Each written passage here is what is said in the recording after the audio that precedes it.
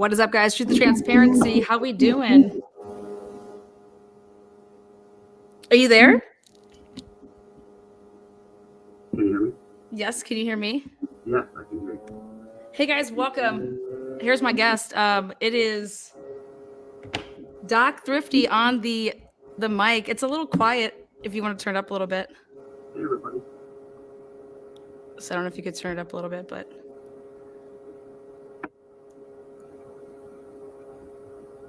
Oh, it doesn't show my avatar.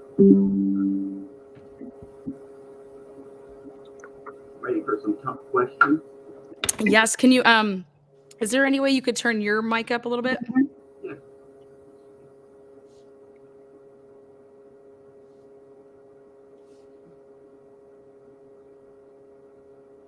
How about now? Can you hear me?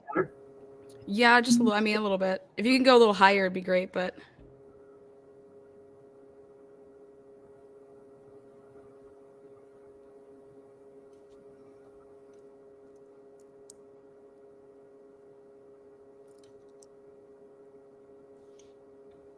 I think that's jacked up. Are you all the way jacked? Yeah, that's jacked up right there. I'm in my office, so I'll just speak up. No big deal. Okay. I was trying to get you to be louder. Let's get salty. Let's get salty. Okay, well, first things first, I want to put up something on the lovely TV here, the video. Hi guys, I want to say hi to the members, the mods, the subscribers. Thank you guys for being here. Lots to chat about. First up on the mic is Doc here, Doc Thrifty. We're gonna go over some things.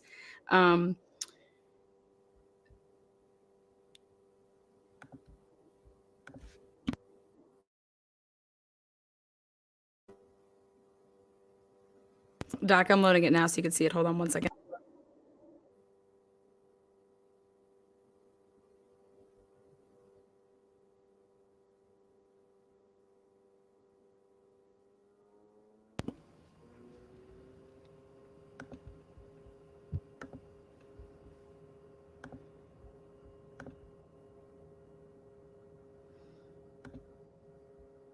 All right, can you see that then?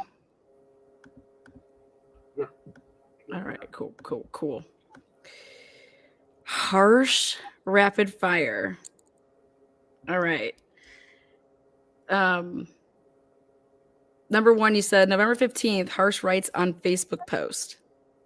4 stabbed to death, no evidence, no screams. He edited that post 5 hours later to erase the no screams. Then 2 weeks later, he announced, "Oh yeah, I did hear a scream." That's question one. That's question one. What do you think about that?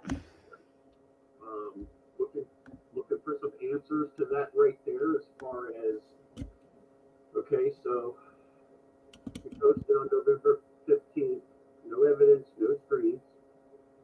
First off, how would he know there was no evidence? Especially that short amount of time after the crime occurred. How would you even consider that there was no evidence found? But then he writes no screens in this post, and 5 hours later he goes back and edits the post and erases the no screens. But then 2 weeks later, all of a sudden he announces, "Oh, I did hear a scream."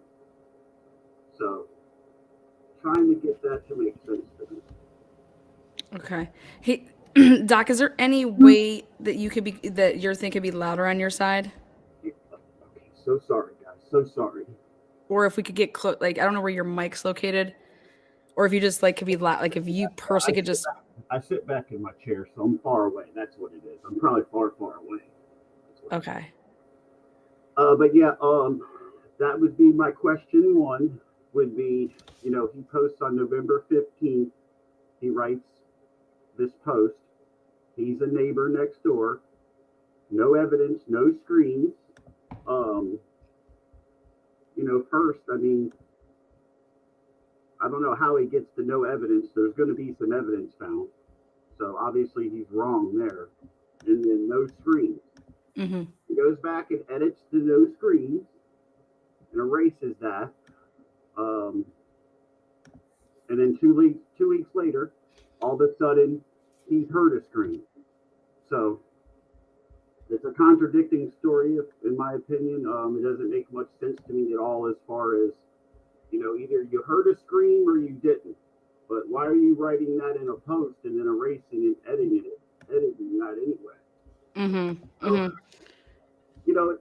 it's slip up number one is how I feel. He went back to erase a slip up right there. Yeah, or he had to. Yeah, shoot that down for me. If anybody could shoot that down for me. Is that a mistake by his part?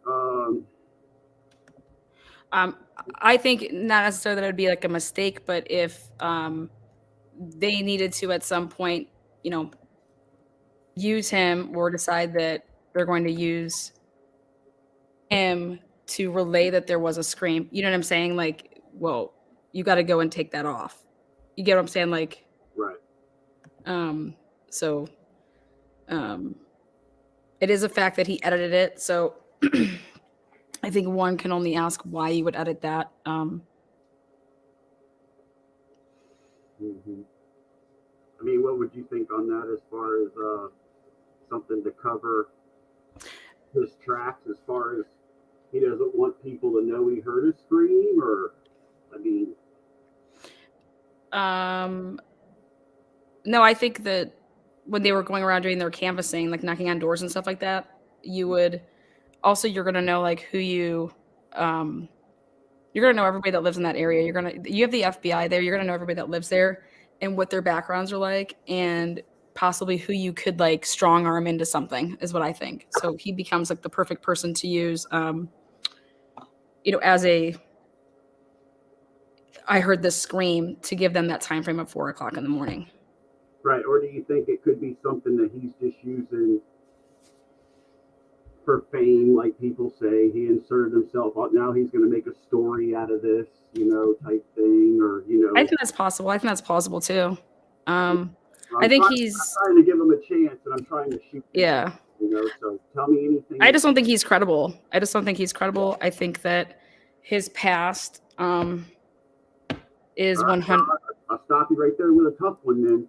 Now, there's a lot of people thinking he's an informant. Now, informants, they're going to have to be credible at some point. Now, I'm going to ask you the tough one right there. Now, is he credible? Credible enough to be an informant? What do you think? Oh yeah, I mean they're gonna.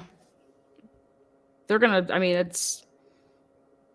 informants come from somewhere. Like the straight-laced people aren't informants. Mm-hmm. You know what I mean? So, you see some of the dirtiest criminals become informants. So you just But I'm trying to give him a chance. I'm trying to give him he erased these no screens. Okay. I don't erase Facebook posts when I write posts initially. I don't know how many times you do. I don't try to, once I put something out there, it's out there, and then all of a sudden 2 weeks later, oh, I heard a scream already. Why not tell that to the officers when they knocked on your door? And that's something you should be remembering, Yeah. No, you would. It's one thing. It's one thing to edit a post, but he completely changes the whole dynamic of the post. It's not like he misspelled something, so he's changing he's altering the complete post, in my opinion, by changing that. If I ever edit something, it's like I caught a mistake with like a grammatical error or like a spelling of something. I'm not changing the nature of it, if that makes sense. Right. That's what I figured. I didn't figure that you would be one that changes many things or edits many things unless you made a spelling mistake, which I'm not very good at spelling at all. Also, why would he care to change that? If you really think about it, why does that matter enough that you're going to go changing that? Right. So, and then this is something, in my opinion, we'll move on to number 2, but in my opinion, he should have been mentioning some sort of scream if he heard something to the officers when they knocked on his door. That's a big one for me right there also. So he should be mentioning that to law enforcement. So does he have something to hide? So. Yeah. Or like I just think also like there is a possibility that he likes to engage in getting, high, and that he doesn't even know if there'd be a scream or not because he's passed out. I mean, what is somebody doing up at 4 o'clock in the morning if you're not having sex? I mean, I get that there's college kids that stay up and but you're hanging out with other people. Like he's by himself. What are you doing at 4 o'clock in the morning? Oh, I'm a night owl. I was playing video games. Well, then I want to take your system in and check and see if you were playing video games. Yeah, I thought about that. I mean, they should be able to pair up some sort of digital footprint if he's gaming. Okay, they should be able to take his hard drive, his gaming system, and they should be able to pair that up. It's a digital footprint if he's online playing a game. So that's number one. Number two, this is a big one for me. Okay. Okay. You do a lot of research. You Mhm. do a lot of research, especially into headlines and posts and things that people write. Now, he stated when law enforcement knocked on his door was the first time he heard about this crime. That means he didn't hear any of the law enforcement pull up. He hasn't seen anything prior. He was up drinking coffee. Law enforcement knocked on his door between 1 p.m. and 1:30. That's when he states he first heard about this crime. After he got done talking with them, he went inside and Googled on his phone and looked on the news and saw 4 people stabbed to death. First of all, that's not even possible. There was no news then. Yep. And another thing is the stabbed to death. The way he says stabbed to death, nobody knows anybody was stabbed yet. The word stabbed wasn't actually released until hours later. It's not like police were knocking on his door and saying, hey, we got 4 people stabbed to death next door. Yeah. that the way that they were killed wasn't actually released until later on in the afternoon. Well, yeah. And what's crazy is that Kaylee's parents were told that she was shot, from the rumors. That's a big one for me. I have not been able to find any headlines. There's not. Able to find any Facebook posts by any vandals, any students. I figured maybe he was within a Facebook group that with a fellow student, but he's not a vandal, so he's not going to be getting those alerts. Well, I'm curious about the alert about like the Amber Alert. You, depending on wherever you're located, if you're in an area where an Amber Alert gets issued, your phone starts going off. So I'm curious how they do their, I would want to know the background of how they're doing their vandal alerts. Yeah, and you know a lot about how the coroner. Does it just hit off the pings? Does it send to the phones that are on certain towers? Yeah, that digital stuff is Yeah. part of my weakness. I don't know a whole lot about that. That's where you're stronger, way stronger in that than me. But you also know a lot about when law enforcement show up to the crime scene, the process, the steps, that process that they take. And even Fry says during the interview, the first call came in at 11:58. So if you do the math, it's going to take a couple minutes for them to get there. Some time for the first initial officers to analyze the scene. Now you're going to call detectives. That's going to take time, and then you're going to finally get to the coroner after the scene's already looked over and processed, and then now the coroner decides how the victims were killed. And she says they were stabbed. It's not like police. Police at that time, they don't even know how they're killed. They can speculate. But the coroner is the actual one who says how they were killed. And Enon says he already knows how they were killed at 1 to 1:30. And that's a huge red flag to me that I can't get past right now. He knows before the coroner has even released that they were stabbed. How does that make sense, Lena? Well, you're going off of the interview, right? Yeah. Yeah, like, when she states what time she got there, she had to wait for the additional phone call. Even though she received one phone call that told her what had happened, she had to wait for them to call again. Come here. And another thing is that vandal report, that alert that was sent out at 2:07. I tried to calculate that as the first headline released that there was something going on over there. That's the very first digital footprint timestamp date that I seen something released on the 13th. So I'm challenging some people. I know a lot of the viewers have good heads on their shoulders and a lot of their subs. Yeah. Something on Facebook, Twitter, anything from the 13th that says 4 students were hurt. So on the 13th, the update that came out with the press release was that on November 13th, 2022 at 11:58, Moscow Police Department or police officers responded to a call on King Road for an unconscious individual. Upon arrival, officers discovered 4 individuals who were deceased. These individuals have been identified as, and then they list the names, and then they list, what original area that they're from. Right. All 4 victims were students at the University of Idaho. So nothing on that day. I just went out and pulled out like the November 13th release. There was nothing anywhere that said anybody was stabbed. Yeah, so I'm trying to give him the benefit of the doubt here. Is he? He's sus as fuck. Yeah. But to the length of what he is sus about, I look at him and he's like a chameleon. He forms to the whatever he's around.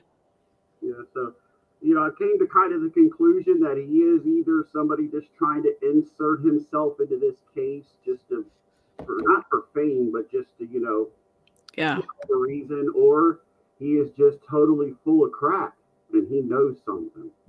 Maybe he didn't do it, or maybe he did. So I'm still looking for anybody. My emails are available, you guys. If you find any headline at all on November 13th that states anything at all about these crimes, please send it to me. And then number 3, another big one. After the crimes were committed, DK's cell phone was off, but it came back on at 4:48 a.m. near Blaine, Idaho. After that, his cell phone pings through Genesee, through Uniontown, and on its way to Johnston, Washington. All he has to do is stay straight on that 195, and he can actually make it home quicker. But he skewed off at the end of that map intentionally and went towards Harsh's parents' home that he grew up at for all those years. That's a very, very, I can't get past that coincidence. Well, I think that we should tell them about the little surprise that you found. Have you told them yet? I haven't mentioned it. I think we should mention it. Go ahead. Okay. Let me pull something up here. This is the fun stuff, revealing. It's all good. Well, I should researching to me. I'm a nerd like that. A sexy nerd, okay? Hold on one second. Let me pull this up. Let's see. I really do have my mic maxed out, guys. I don't know why it's low like that. I looked again.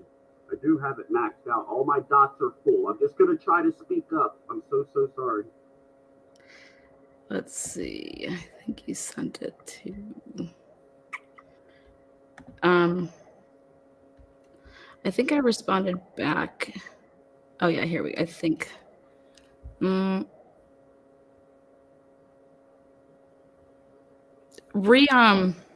me see. Hold on. Did I have it here? Oh yeah, here we go.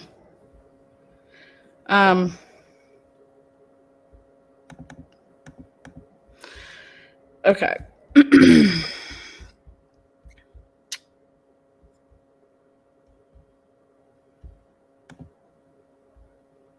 I'm gonna see if this will work doing this.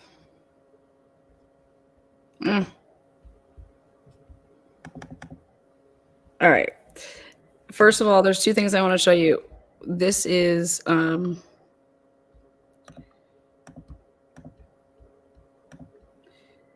that's been going around in terms of, is this the party driver, right? Right. And you notice how he's in a truck, which the night of, there's that white truck. So here, if this is in fact the party driver, and he's given multiple rides, like you're driving around or whatever, or maybe he was summoned to come pick them up at Corner Club, okay? And then they, were like, well, we're going to go grab some, food at the grub truck, so meet us there type of thing. I don't know how, I don't have obviously their phones to tell you anything like that. But I noticed that if this is the guy, he does have a truck. If this is the guy, he has a truck, right? Right. This is the party driver, allegedly. Again, I don't know. Yep. Speculation. This is speculation here. There's been rumors that this is the party driver. Again, don't know, but I thought it was interesting that it was a truck. Okay. So that's one thing. Yep. They keep popping up. And I swear everybody in this town has bushy eyebrows. Okay. So that's the first thing. And then, can you shoot that back over to me? I thought that hold on one second. Wait a second. Inbox. I think I was in my wrong file. Hold on.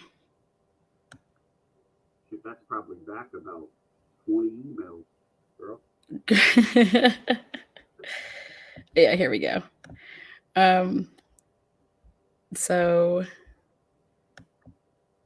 oh wait, there we go. Okay. Open file. Oh wait, that's not what I want to do. You suck. Come on. Okay. Yeah, that's why I don't go live yet, because all that file and stuff, search it and stuff. Oh my goodness. Well, I tried for actually for about 2 hours. You did. That software, that van life had been, okay.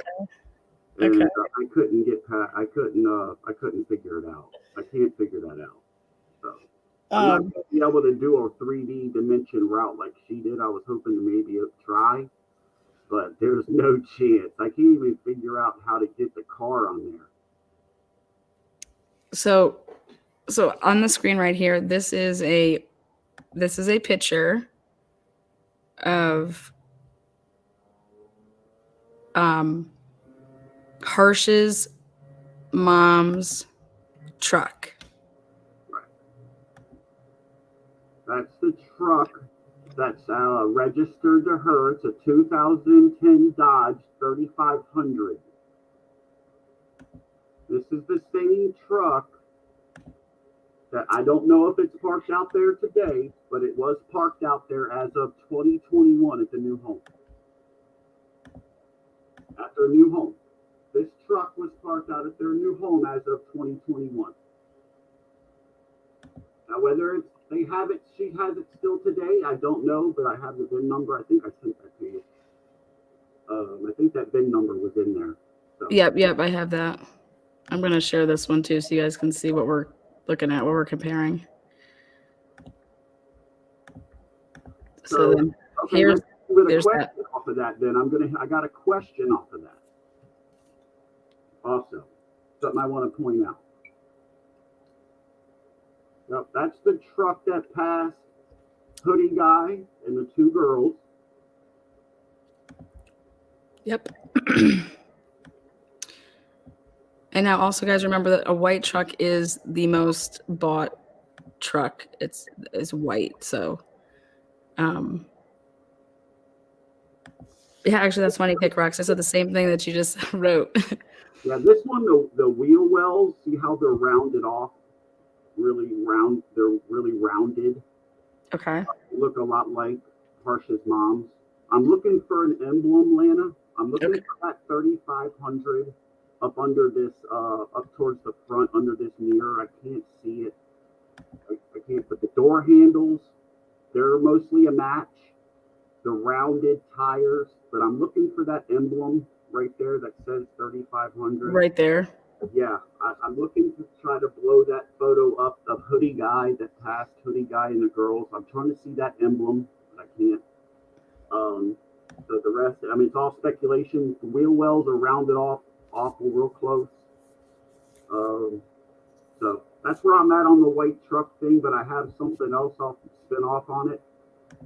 Harsh was looking for a new vehicle. Facebook post as of 10/2, October the 2nd, 2022. So just over a month after the students were murdered. That kind of tells me maybe his car was broke down. Was he using his mom's truck for anything? And was that him that passed the girls right there in his mom's truck? Okay. So that's just all speculation. Of course, I can't pair that up. Yeah. Run that VIN number, and if you can run that VIN number, I don't know if you have capabilities without paying for it. You have to pay for it, and sometimes they're charging you like $30 to run VIN numbers right now. Oh, come on, honey. So you know who you're talking to here. We'll find a way. Number, but you can get make, model, and address that it's registered to, and you get a lot of paperwork from that. So what do you think about the route? Come on, Lena. What do you think about the route? He skewed off on purpose. According to cell phone pings, all speculation. You've been in Idaho before. I mean, you've driven that. I mean, you could stay straight on that 195, and he gets to his apartment quicker. He intentionally went back east towards Johnston, Washington, towards Harsh's family home. It's a longer route, and it's out of his way. And it goes right past Harsh's family home. You know, I mean, he does. He does. Huge coincidence. What do you think? What do you think?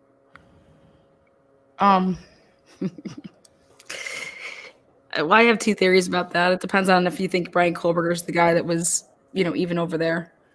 I mean, I was thinking to myself, yeah, could Harsh borrowed that car and did all this on his own? But there's one thing. Oh, no, I don't think that happened. There's one thing that trumps that. You still got to put the cell phones from BK on that route. So unless Harsh has his phone and his car, that can't happen, Also, like 90% of the Moscow Police Department lives out in Lewiston. So, I don't know.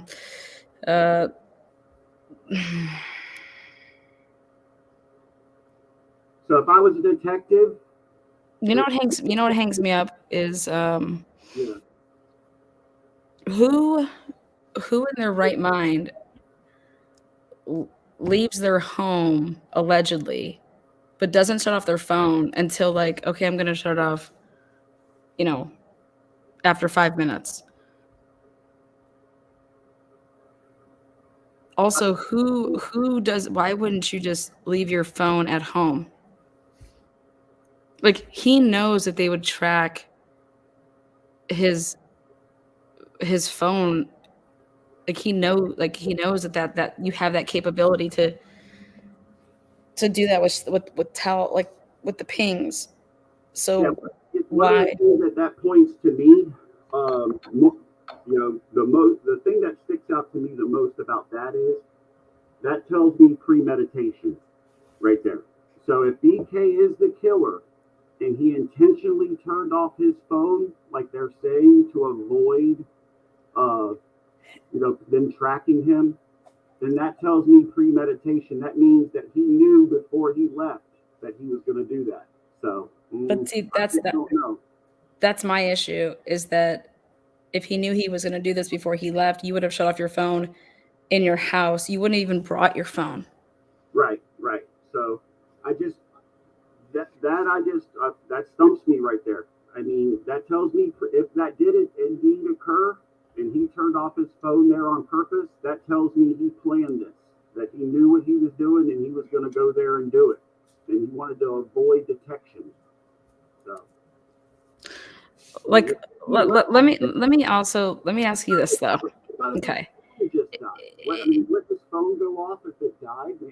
Sometimes my phone dies. I don't, I'm gonna go one step further. Okay. If you're investigating this,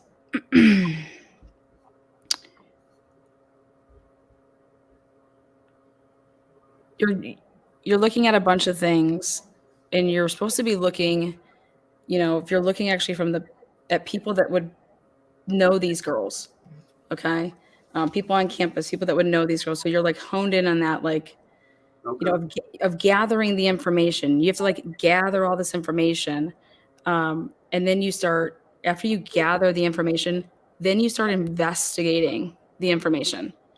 So if you truly think about all of this,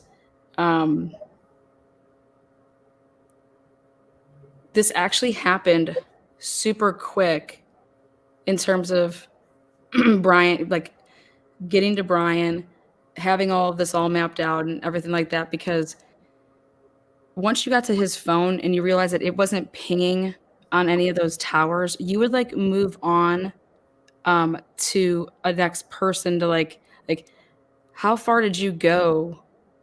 You kept on going for something that like really like wasn't there. It's so circumstantial that Yeah, I think I see where you're going with this. It's and how I've pinpointed, like I've been trying to think of that myself. How did they actually get to his name? What led them to his name? And I think, and then not to question him once you get to his name, because that's the whole point. Like, you want to know what he says, and that would lead you to be like, okay, this is awkward. This was a very weird encounter. But like, that's the part of being a detective, that when you're meeting with people, you're able to use certain tactics or feel them out, and you come across this and you're not doing that, but that this is your guy, but yet you're not going, but how do you know this is your guy? You didn't even talk to him. Yeah, and you would think that And he has no ties to the girls that are beyond, like, that are obvious to, I mean, and then when you actually pull the records and you get the records and you see that his phone was pinging out in, like,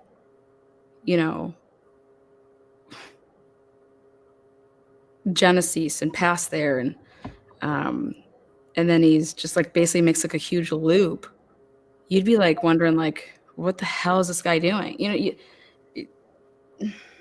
mean, and I would want to sit Harsh down, and I would want to ask him, if police didn't look into those neighbors and stuff, I would want to sit Harsh down, and I would want to ask him, why does this go directly past a place you used to live? And I would love to think that they asked him that question.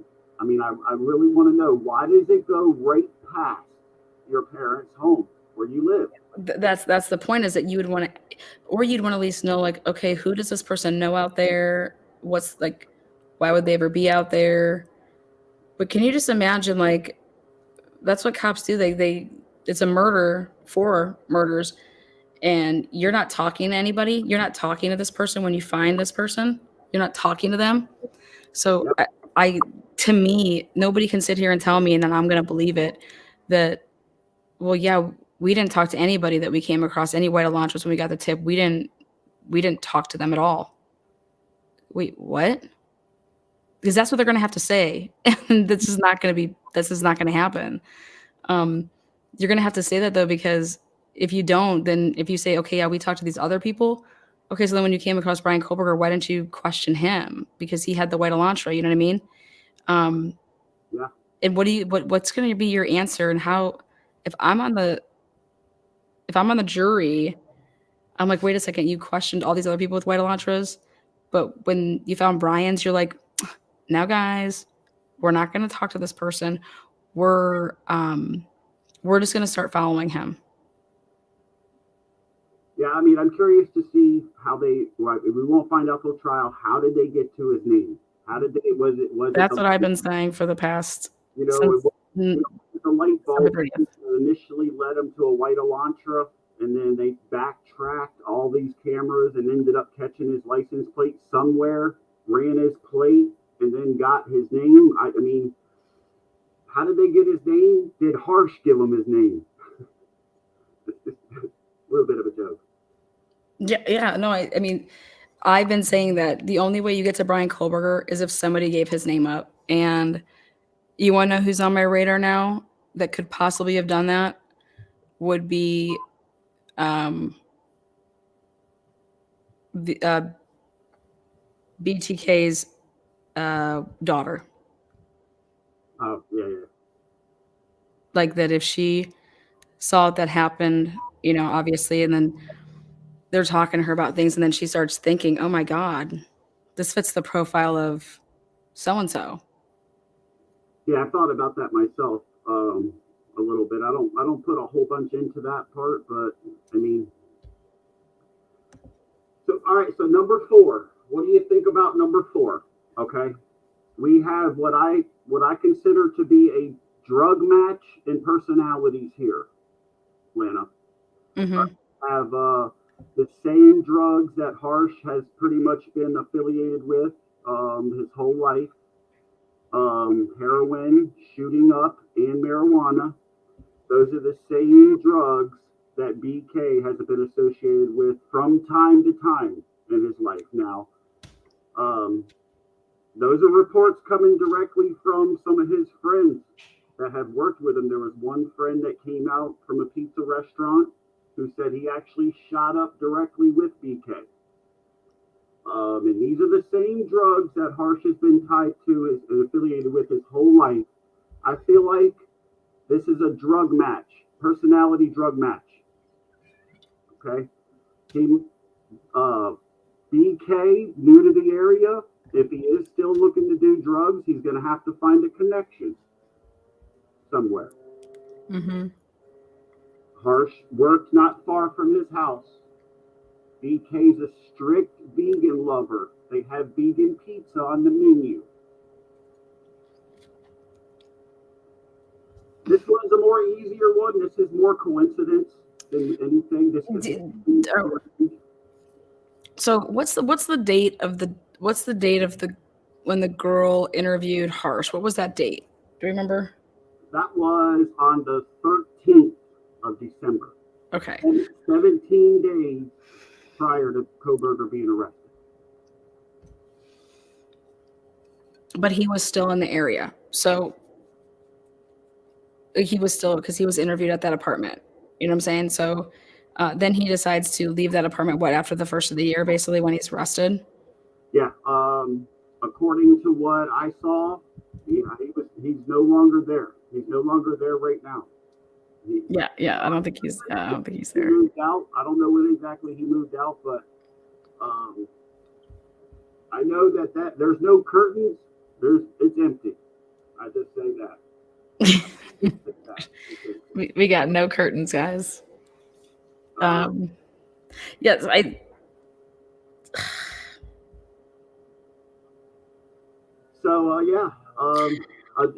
we got a match a drug match in the personality department right here, in my opinion. Yeah, well, we have a way that they would have crossed paths. That's what I look at it. Like this is a way that they would have crossed paths. Right. So link. there's a possible way they could have met up here, but also a chance that they didn't. Also, They're the same age too. I think that's important. Aren't they around the same age? yeah, and that's another important. They're gonna rhyme together easier than like Harsh is not gonna rhyme with Kaylee and her crew. Harsh and BK are gonna rhyme together better because they're within that age group. They're both have a background in the same drugs, and they each actually love the same foods. So, and then number 7 is another, just a coincidence, nothing major as far as this can be explained.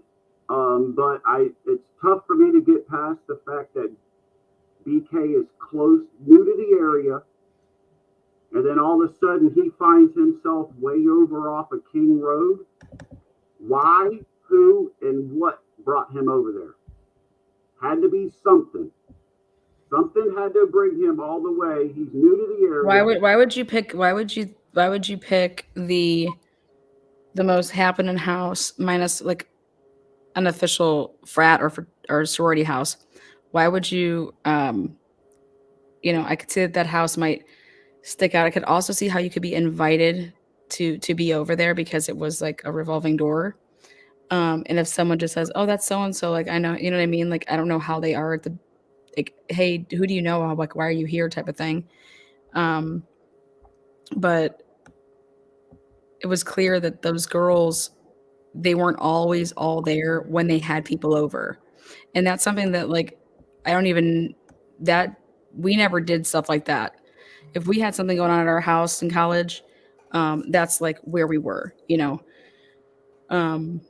So, but for that house, it either seemed like everybody was lying to make it seem like nobody was there, but I don't think that's the case. I think everybody just kind of did their own thing, and they also didn't have like these close knit bond. Like these people weren't super close. We're not talking about getting in their freshman year and being 50 or seniors and that you did it all together. The only people that would be very close like that are Maddie and Kaylee. Xana, even like they knowing each other, but Bethany and Dylan, like they just came, like they're sophomores. They just moved into that house. So it's just, it's my opinion, it's just my hunch. Yeah, you wouldn't pick this house. Like you wouldn't pick this house. I think that you can go in and because you would never know. There's so many X factors. There's so many X factors. Brought him over there. Something brought him from his apartment over there into that area. It's just my opinion. I think he was scoring over there. I think he was. I think he was scoring, whether it be from Harsh or he could have stalked pretty girls on his own campus, Lena. He didn't have to go far. He could have stalked. There was pretty girls on WSU campus too. Well, the only thing that I will say with that is like because of his like role as being like a TA, I mean, you're running a thin line with like you can't be hitting on your students. So if you go over to Idaho, like that's not going to be a problem. Right. It was because of like his position. If he didn't have that position, then like yeah, but I mean, I personally don't think that this was a stalking situation at all.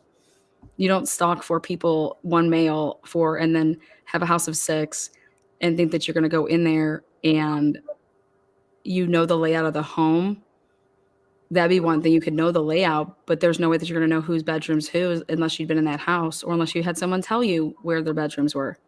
Even if you're on social media, like looking at their stuff, I still don't think that you're going to be able to, because that house would turn you around. Those rooms are like, that somebody knew whoever did this. You can't tell me that was their first time in the house.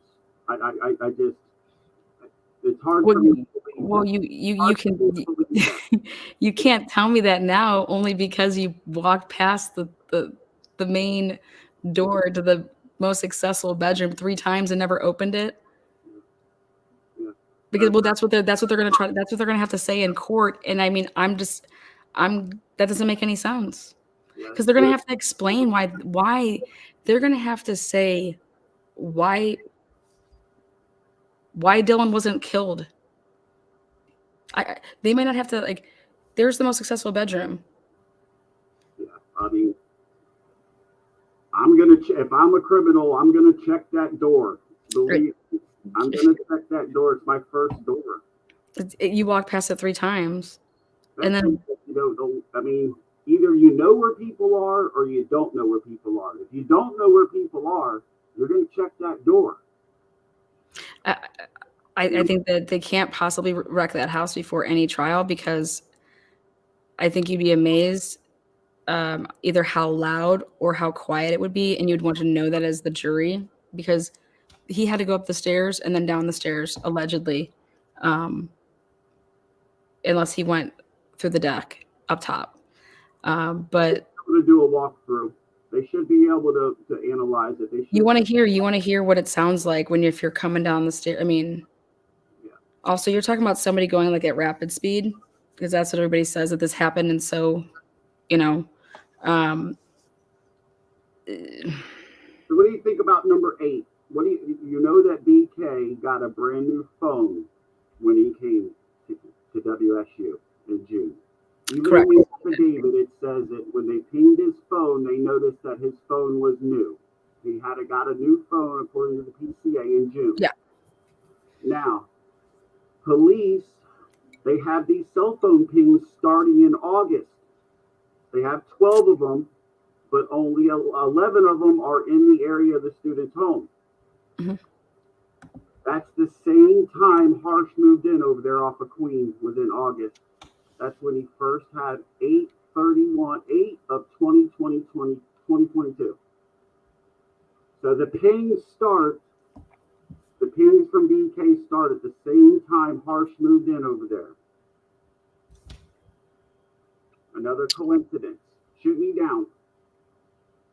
Oh no, that's absolutely right. He got his phone in June. This is what's interesting is, what they said was they were very strategic with how they wanted to word this, but his apartment, he was allowed to move in July 1st. That was his when the lease started, July 1st. And so he would have been there all of July, all of August, but he, was he over there at all in July and then up until August 21st? You're gonna sit here and tell me that the first time he goes over there, he gets pulled over. I would love to get my hands on that body cam. Like, I mean, talk about Brian's luck, man. I just don't. It was crazy. Can't you get your hands on that body cam when he was pulled over on the 21st? Oh no, we tried. They weren't letting that puppy go. Yeah. So there again, I got a possible link right there. I got him in the area. Cell phone pings put him in the area the same time Harsh was moved in over there. That's what I got right here. Mm-hmm. And then Harsh's friends try to say that he was living at Queen Road 2 years prior to the murders. So not according to the lease. I know people speculate on that, and of course, I've looked the receipts over, and I've dug into them pretty deep. I'm seeing some overlapping dates, and that could mean a couple things. We both know that could mean that he didn't put in a change of address, Lana. We both know that could mean that he didn't change his address from one to the other. So that could be a coincidence right there. That doesn't mean necessarily he was living in both places. That just means he was receiving mail in both places, or it means he was on the lease at both places. So, but yeah, and over there, he's over there with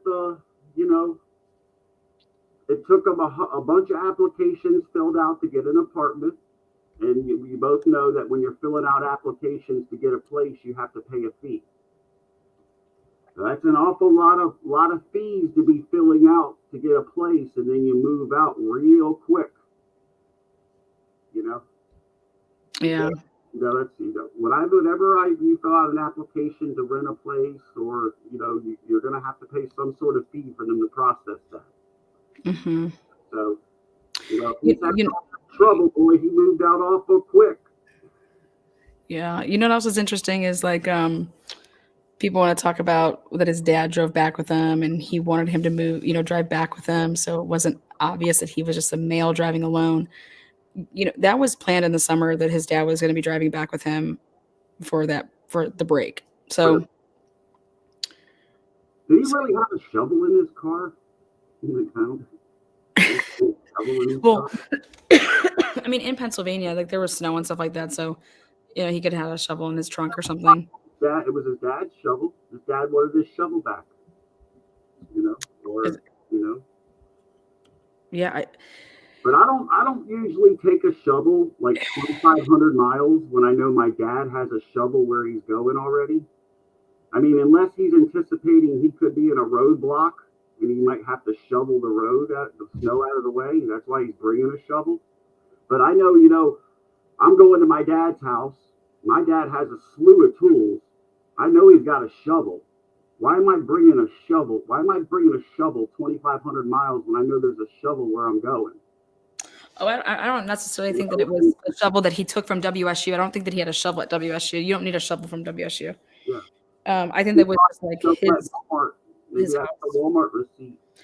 Maybe he was trying to make some extra money. He was driving around shoveling people's driveways. I don't know. Maybe he was carrying that evidence to get rid of it.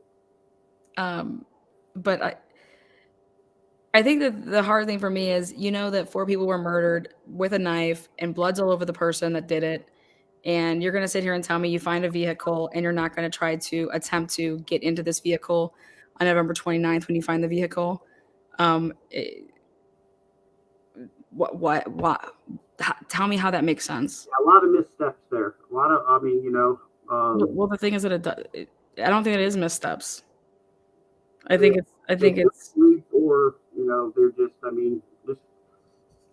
no murders in 7 years.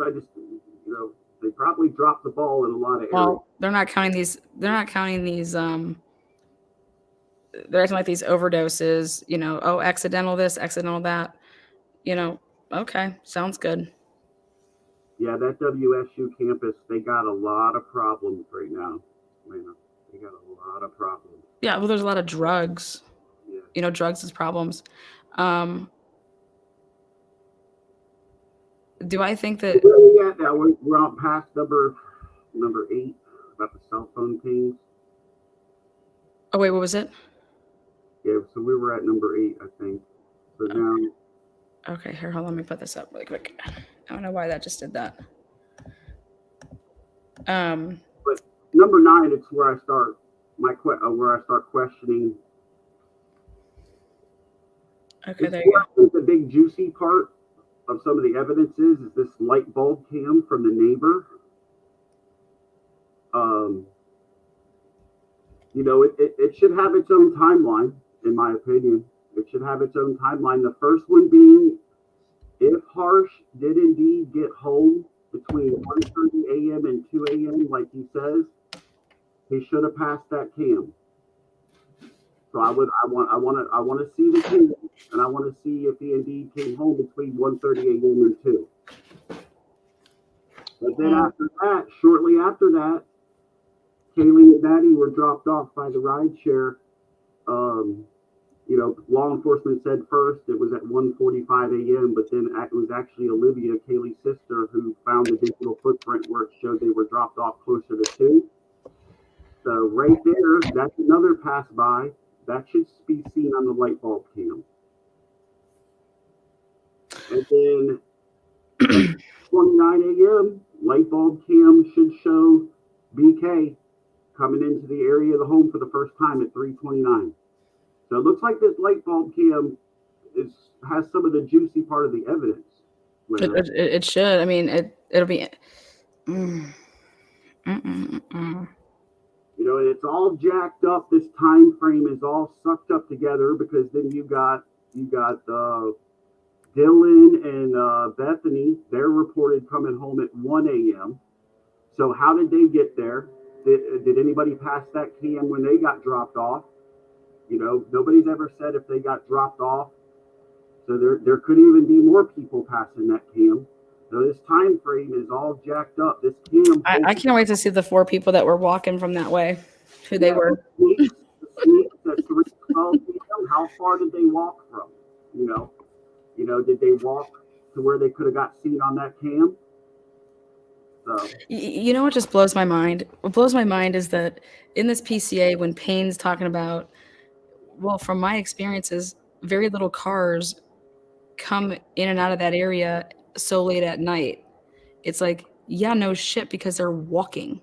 So you cannot exclude any of the walkers that would be over there. Yeah. This is just my hunch, my opinion. I think when he first came in at 3:29 a.m., Lana, I think he's there to pick someone up or something up. Oh yeah. That's just my hunch. And that's why you get to where these passes, there's these coming in and out of the area of the home. That's why, it's because I take it as either he was picking something up or someone up. And what I mean by picking something up is, at 2:53 a.m., he's seen it Nevada Street and Stadium Way. But obviously he didn't drive straight to the student's home, or else he would have got there a lot quicker than 3:29. He could have went and picked up somebody's money first. Okay, let's say you have a friend who wants something, they're going to score with you. You're going to drive over to the Indian Hills block area. You're going to pick up their money. Then you're going to drive in and put you into the area of the student's home at 3:29. You go in, you see your buddy to get stuff for you and somebody else. You're by yourself right now. Then you leave. You go down to White Avenue. You drop that off. You go back, and you're coming back past the mobile on your way back to your buddy's house. You and him are going to hang out for a little while. You got your stuff, and you've dropped your stuff off to your friend you got his money from. Or he pulled in there, and 2 people made that run and came back. The time frame also doesn't add up that he would have made it from the leaving WSU when they see him on that camera to getting to campus and to being over there. He would have been there way before 3:29. So he had to go somewhere. He had to stop somewhere before he pulls into the King area at 3:29. Yeah. It's my hunch. This is just another hunch of mine. And I think that one of those sightings, either the one on Indian Hills Drive or the one on White Avenue, one of those isn't him. That's what I think. One of those they're wrong about. I'm not sure which one, but I don't see the time. I question the mobile gas one, as if that's even him. Yeah. So I do. I don't think there's enough time, Lana. I don't think there's enough time to get from 3:26 a.m. at Indian Hills Drive all the way to the area of the student's home, then back past that mobile, and then back past it to 3:45. There's not enough time. I think one of them is not. Wait. What do you mean? Like, that's not how it. They're seen on at 3:26 where they're at. Yeah, 3:26. I think PCA says they see. Yeah. He's going the back roads. He's not. So 3:26. He's coming down. From 3:26 to be able to get to inside that area at 3:29. That's doable. I want to know this. You have this. Think about this. Why aren't they telling us? Why aren't they being specific with this part of it? He comes into the area at 3:29. Then why aren't they talking about when he then departs again? Like, what time does he depart? Right. Why is that not there? So it would be like this now. So I take it as, like, let's say that the 3:45 is not him because the police aren't using the PCA. So it has him back there at 3:29. Well, when does he depart from that first original 3:29 entrance to then he comes back at 4:04? But so where do you think that he went? Because I'm going to tell you that it's going to be so easy to follow that vehicle, because that's the whole reason that they were asking for all the surveillance cameras, regardless if there's anything on it. We need it because we're going to eliminate the paths that he would have been taking. If you have a camera on this street and you have a camera on this street and you have a camera on this street, he didn't go here. But everybody should be thinking right now, because think about this. Wouldn't it be very sus if he comes over there and he actually is there until like 3:55, 3:50, 3:40? What is he doing? He's just sitting over there. What was he doing? He was just sitting in his car. Right. Like, Well, why aren't they being descriptive of when that vehicle leaves after it goes in at 3:29? Right. So between 3:29 and 4:04, there's like this big question mark. And people talk about that he's seen. Oh, I'm sorry. He's there allegedly 3:29, but then he's seen leaving the area at 3:32. Where is that? That's not in the PCA. That's not in the PCA. That's not in the PCA. So I don't know where that's coming from. So I'll just hit you with this. I'm telling you where that's coming from, though. I'll just hit you with this. Since they left that out, I'll just go ahead and, since you're right, they left that out. They're not mentioning. They're mentioning the first entrance at 3:29, but they're not mentioning when he leaves. Uh-huh. So since they didn't do that, I'll just go ahead and speculate. It's my hunch he went in there, he picked somebody up, they left, and maybe they didn't go anywhere. Maybe they just went up on Walenta and watched and sat there. And then one of them got out of the car and went down there and did the whole gig. And the other one went down there to pick him up later. And that means that they passed by and he had to do a 3-point turn and wait on that person. I mean, that's just me speculating. I mean, like you said, where did he go after 3:29? Maybe they didn't go anywhere. Maybe they just went back on Walenta to watch. So yeah, what it says in the PCA is a review of footage from multiple videos obtained from the King Road neighborhood showed multiple sightings of suspect vehicle 1 starting at 3:29 a.m. and ending at 4:20. These sightings show suspect vehicle 1 makes an initial 3 passes. So think about this. Mm-hmm. Makes an initial 3 passes. Yep, so you by count the one. You got to count 3:29 as 1. That's 1. Yeah, 3:29 is 1. Then it has to come. Are you counting? Then it has to come back at some point. So think about this. It comes back at some point. Then it goes. But think about this. Then it goes back. So then, how does it exit? Right. Okay. So it should be 4. It should make 4. Right. Right. What it should be is making 4 total counting the exit, but also a 3-point turn. Well, remember he has to make a 3-point turn. Well, but we're not even. That's not. It's saying it makes. That's before the 3-point turn. That's not including that. So think about this. So you're going in at 3:29, then you're making a pass by the house. Your initial pass is 1 at 3:29. Mm-hmm. Then you come back past the house, okay? And let's say you exit 2. Then you have a third time that you pass it, which would have to be, going back like into the area. That's at 4:04 a.m. No. That's not. We're not there yet. Okay. You're thinking, because it says it right here. It makes an initial 3 passes. Mm-hmm. Okay. The fourth time is when it gets in at 4:04. That's the 4th time. So my issue is that this isn't right, because the only way that it could do that, if you think about this, it's unless the fourth time. So when it goes in the first time, it then passes it, and then it comes back the second time, and then when it does it the third time, it's staying back over by Linda Lane area. You know what I mean? Mm-hmm. And then it's waiting over there until it passes it, because it says eastbound.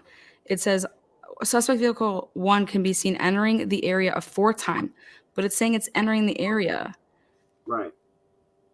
But it would have to pass the house 4 times though prior to that time if it left.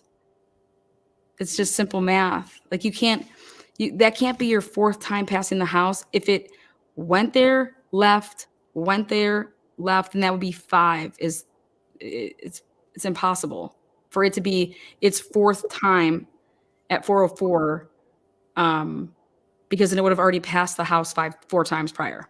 Yep. And all those passes should be seen on that little light bulb cam. I mean, it's holding a lot of part of the evidence. I mean, it really is. You know, it's putting all these passes by. They had to be picked up on this cam. I think I'm gonna make a video showing what I mean, like with Matchbox cars or something, because it's a really very important point, because I think that they're wording it a certain way, because I don't believe that his car, I think the fourth time when it passes, it's coming from that area of Linda Lane by where Queen Avenue, you know, where he passes. Like the turnaround up there. Yep, I think it's sitting up over there, and it's coming down, and then as it passes, it says suspect vehicle 1 can be seen entering the area for time approximately 4:04 a.m. It can be seen driving eastbound on Queen Road. Right, and that tells me that it's actually been somewhere and it's coming into the area of the home again. Well, but if you're coming eastbound, which way's east? It can't be, you know what I mean? That's westbound is how he got that wrong. I think that's where Payne get his directions wrong because he's being a rookie. I think he's got his east and west mixed up. It's just how I take that. It's just a hunch. I think he got his east and west mixed up. I do. I'm serious. I think he got his. You know, I do that sometimes. But see, I don't think he did. I think that you need to actually, like, when you look at this, it's basically like, holy shit! I think that car is by. Makes you think he's going in the wrong direction.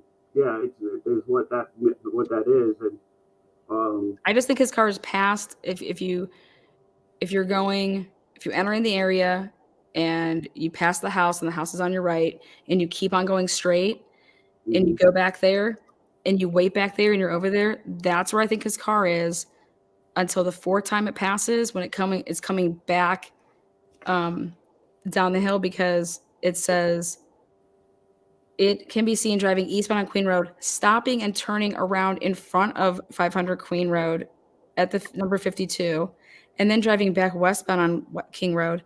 When suspect vehicle 1 is in front of the King Road residence, it appears to unsuccessfully attempt to park or to turn around in the road. The vehicle then continues to the intersection of Queen Road and King Road, where it can be seen making a 3-point turn and then driving eastbound again down Queen Road. Yeah, I'll pick that apart right there a little bit. I mean, I can see how they could see him doing a turnaround on Linda Lane up there, but how are they seeing him having a parking problem? Where? I'm saying, who the hell does all this and then just waltzes in and thinks that they're going to just go murder 4 people with a knife, and they've just been all over on this camera for. It's not just that you're on this camera at 4:04. You've been on this camera since 3:29, and there's no camera that got him physically. He never got out of the car that a camera witnessed him. Yeah, another thing I'll point out is, that street, it's pretty. I mean, that's just jacked up. It's all jacked up with students and cars. So, I mean, what did that light bulb cam really catch? The top half of his car? I mean, it's all jacked up, man. Well, the reason I think they're going to have issues with that cam is because all the cars in the street that are parked on the side. Yeah. They're not going to be able to. It's going to cause issues with that. That's what my head tells me. And if you get some guy that drives a big truck, he's parked on that street. I mean, it's even going to be tougher to see that car. It's my opinion they only got the top half of that car is probably what they got. You know, but when he made that left off of King and Queen Road, when he made that left onto the student street, you should be able to see right inside that windshield from that light, even from that light bulb cam. That windshield's not going to be that tinted, Lana. You should be able to see. I want to see if there's 2 people on any of these passes by in that car. Based on what they said he did, I mean, how are you not getting? I don't care if he doesn't have a front license plate. How are you not getting his back license plate after all the stuff that you're saying that he did? Yeah, you should be able to get his back license plate. Get out of here. That cam I want to see that cam. I want to see that light bulb cam. It holds all the juicy stuff. It does. Those light bulb cams, they're linked to your telephone, right? Oh, yeah, usually like all that stuff usually is. Let me ask you a question. If you still have that footage, you think if you still have it? The neighbors? oh, they download the shit out of that. Yeah. Wouldn't you? They're welcome to send it to me. I'd love to look at it.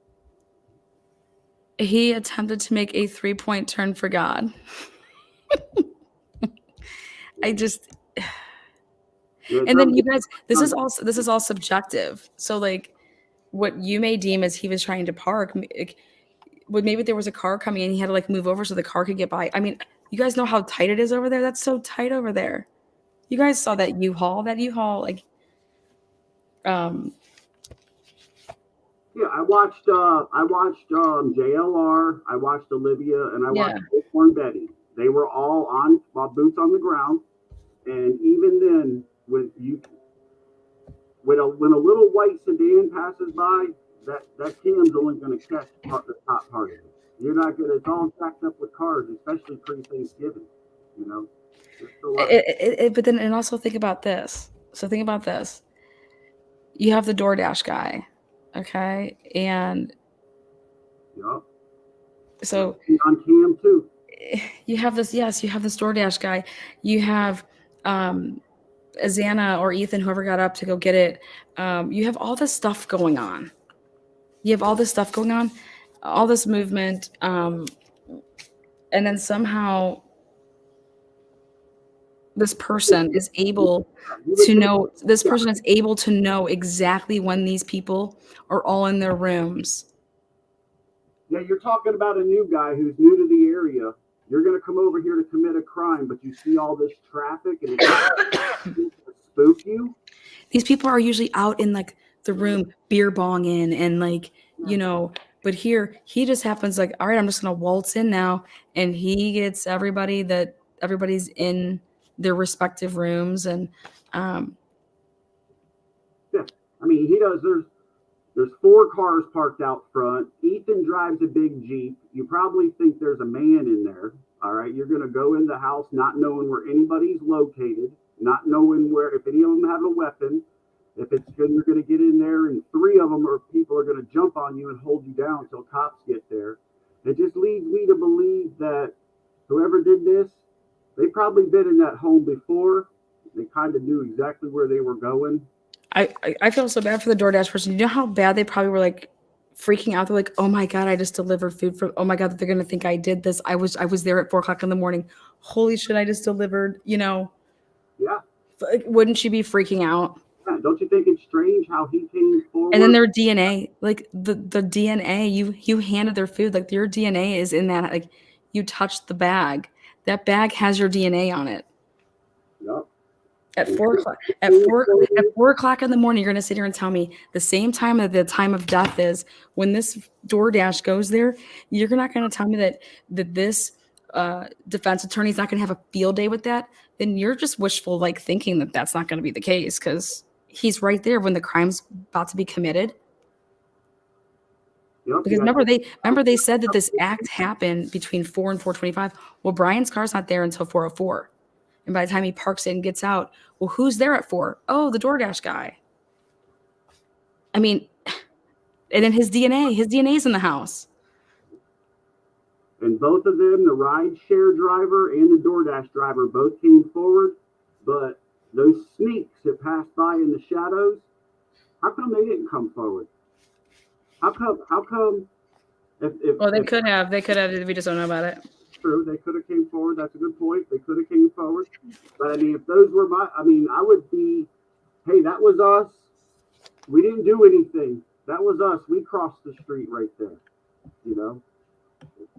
I would, if that was one of my children, I would want them to come forward and say, hey, that,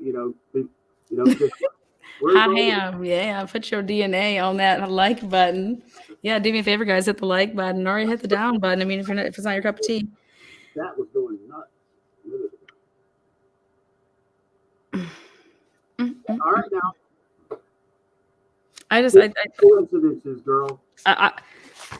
But I'm probably wrong. I've pretty much, I'm about 30-70. I'm 30%. I'm wrong. I'm right. And Well, according to the way that the Alec Murdoch trial went, Maddie and Kaylee stopped using their phones at 2:52, so they're dead. I would be, if I was on the defense, I would be, if you have your client, do you want to push this? Do you want to push the crime later, or do you want to push it up? Yeah, I mean, I haven't totally bought into that time frame that they're talking about right now, too. Of when they were actually killed. It could be later. That's just my opinion. It could have happened. Oh, for sure. Oh, for sure. Oh, for sure. Especially like when it comes out, like, could it be multiple weapons? Is it one weapon? Is it, the time of death? And everybody's going to have a different time of death because there's 4 deaths. They all didn't die at the same time, So it'll be interesting. But yeah, he does fit the profile for me. I try to give this man the benefit of the doubt. I really Who, Ian? Yeah, Enon. He does fit the profile. I reached out to him via email. I tried to get just to respond to see if he would give me a reason why that BK's route goes right past his parents' home. That's all I wanted him to do. Like, say, hey, Doc, that's a coincidence. I don't know the man, and I'll drop this. A lot of people don't know that I don't do this for money, Lana. I don't do it for clicks and subs or anything like that. I know. I just tugged it. The taste tugged at me. But this guy here, he fits the profile. I really do believe that. I'll tell you what, he wouldn't be invited over to my party. I'd be like, keep that motherfucking cat lover the fuck away from me. I'm not one to judge very much. No, I wouldn't. I just feel like he's just bad news. It's just he's always in something. You know what I mean? That person. We looked over the criteria of the school and the surrounding area especially when I sent my daughter to school. And you don't know how pissed I would be if I found out that a guy like this was living this close to my daughter while she was going to school, and they would have a serious problem on their hands. Because I don't want my daughter, doing drugs, but I also don't want her doing them while she's trying to learn.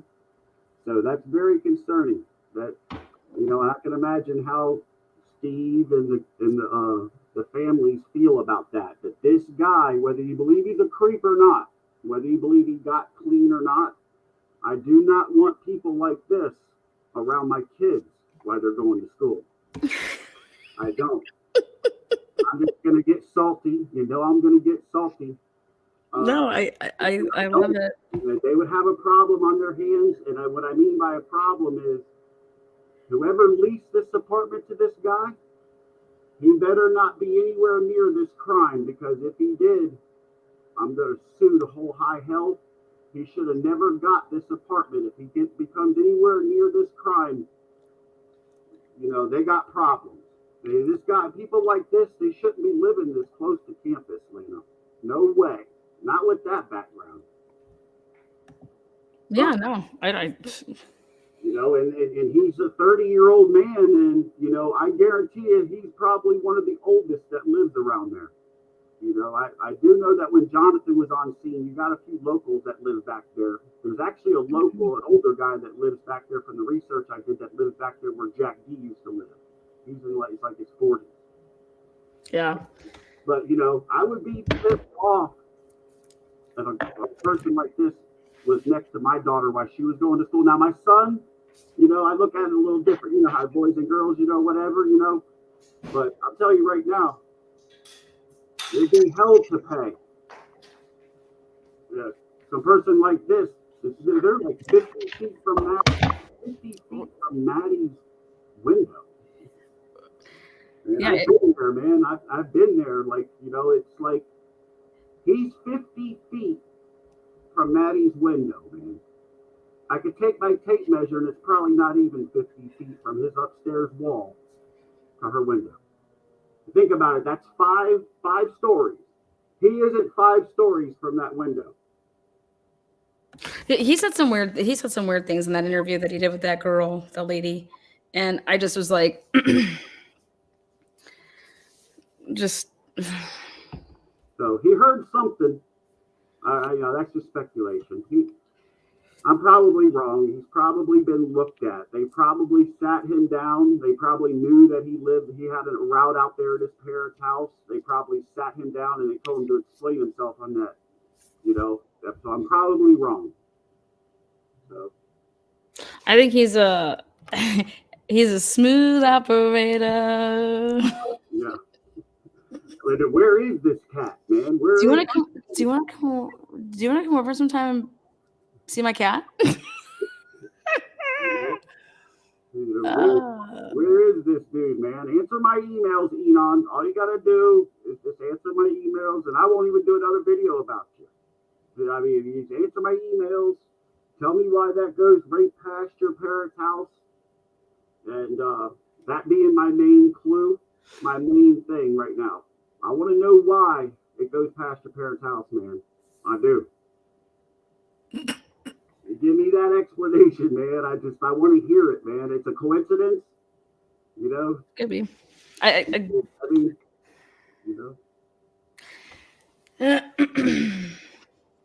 I just think that he's always in the mix of something that's just, I just think he's like, if you look, he's just that guy like who gets pulled over because he was like just grabbing his ear or something like that, and the girl thinks that he's on the phone. It made me give him even more of the benefit of the doubt. It really did, because he looks like he just doesn't have it in him. He does. That makes me believe he doesn't have it in him, that body cam. And then I started thinking though about it, like he's also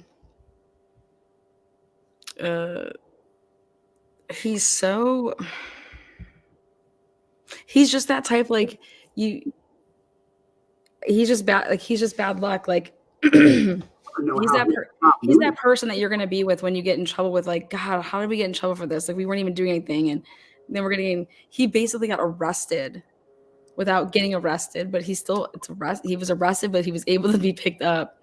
So that cop, that law enforcement officer, the woman that pulled him over, obviously they knew each other. So I've been wondering. And she was the one that recognized him like that. You can't miss those flowing locks. He was Jesus, I'm telling you. Jesus. So I went back and looked into all his each one of his offenses, and I tried to see if her name was on any of them. Like maybe if she arrested him before, that's how she knew him. And I wasn't able to see her name on any of his arrest records. So I'm wondering how she knew him. Well, they knew each other from high school. They went to high school together. Oh, okay. I missed that. Oh, yeah.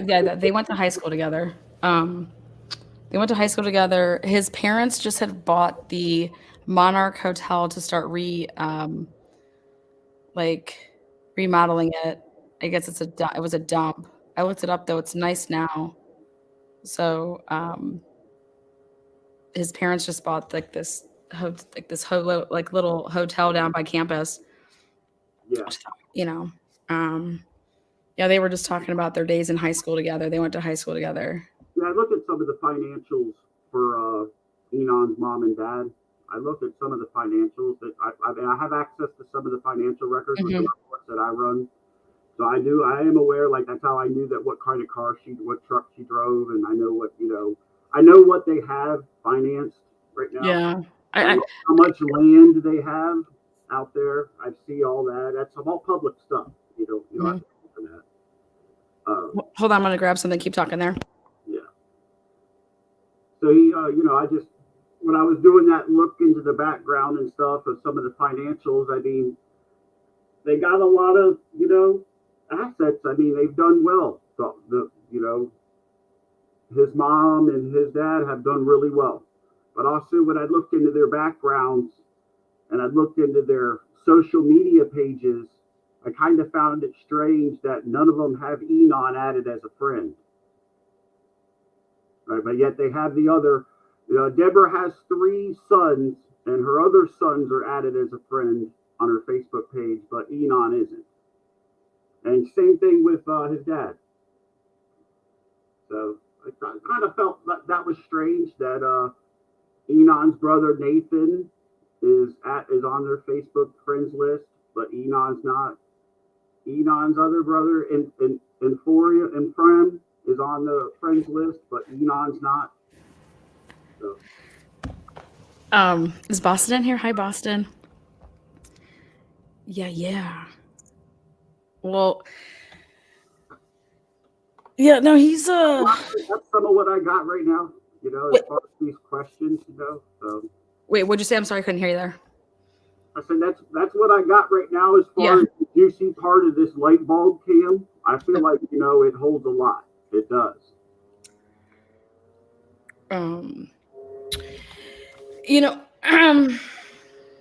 Okay, so I want to show you guys.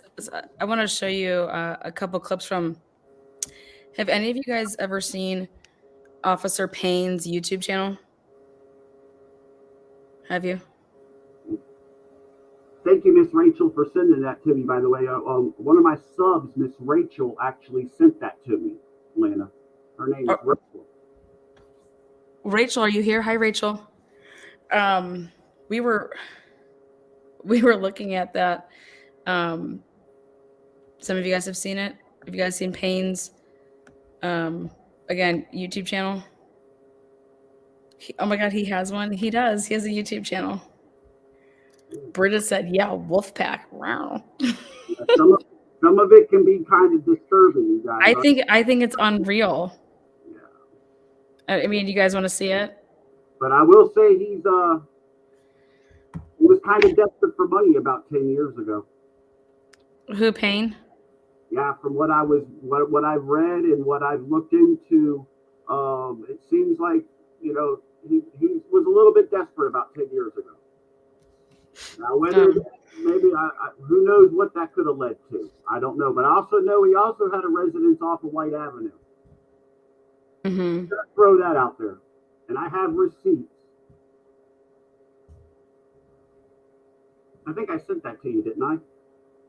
Did I send you that receipt where he has an address off of White Ave? Yeah, I knew that he used to be there back in the day. Yeah, you said that. You said that a while back. Mm-hmm. Wow. I think I actually first learned that from you. You're the one that told me about it. I was like, oh my God, everybody's got these White Ave connects. That's right. You're the one that told me. You're the one that told me. Oh. He had one of his what's his name? Brett Payne. Let's see. Where are you, Brett Payne? I'm looking in my stuff here. Let's see. I could barely watch the ones with the wolf and stuff when he was doing that. It's pretty wild now. Yeah. I'm a big nature lover, and I can't pull the trigger on an animal. I love the fish though, but I can't pull the trigger on an animal. I just can't do it. Yeah. I can't even.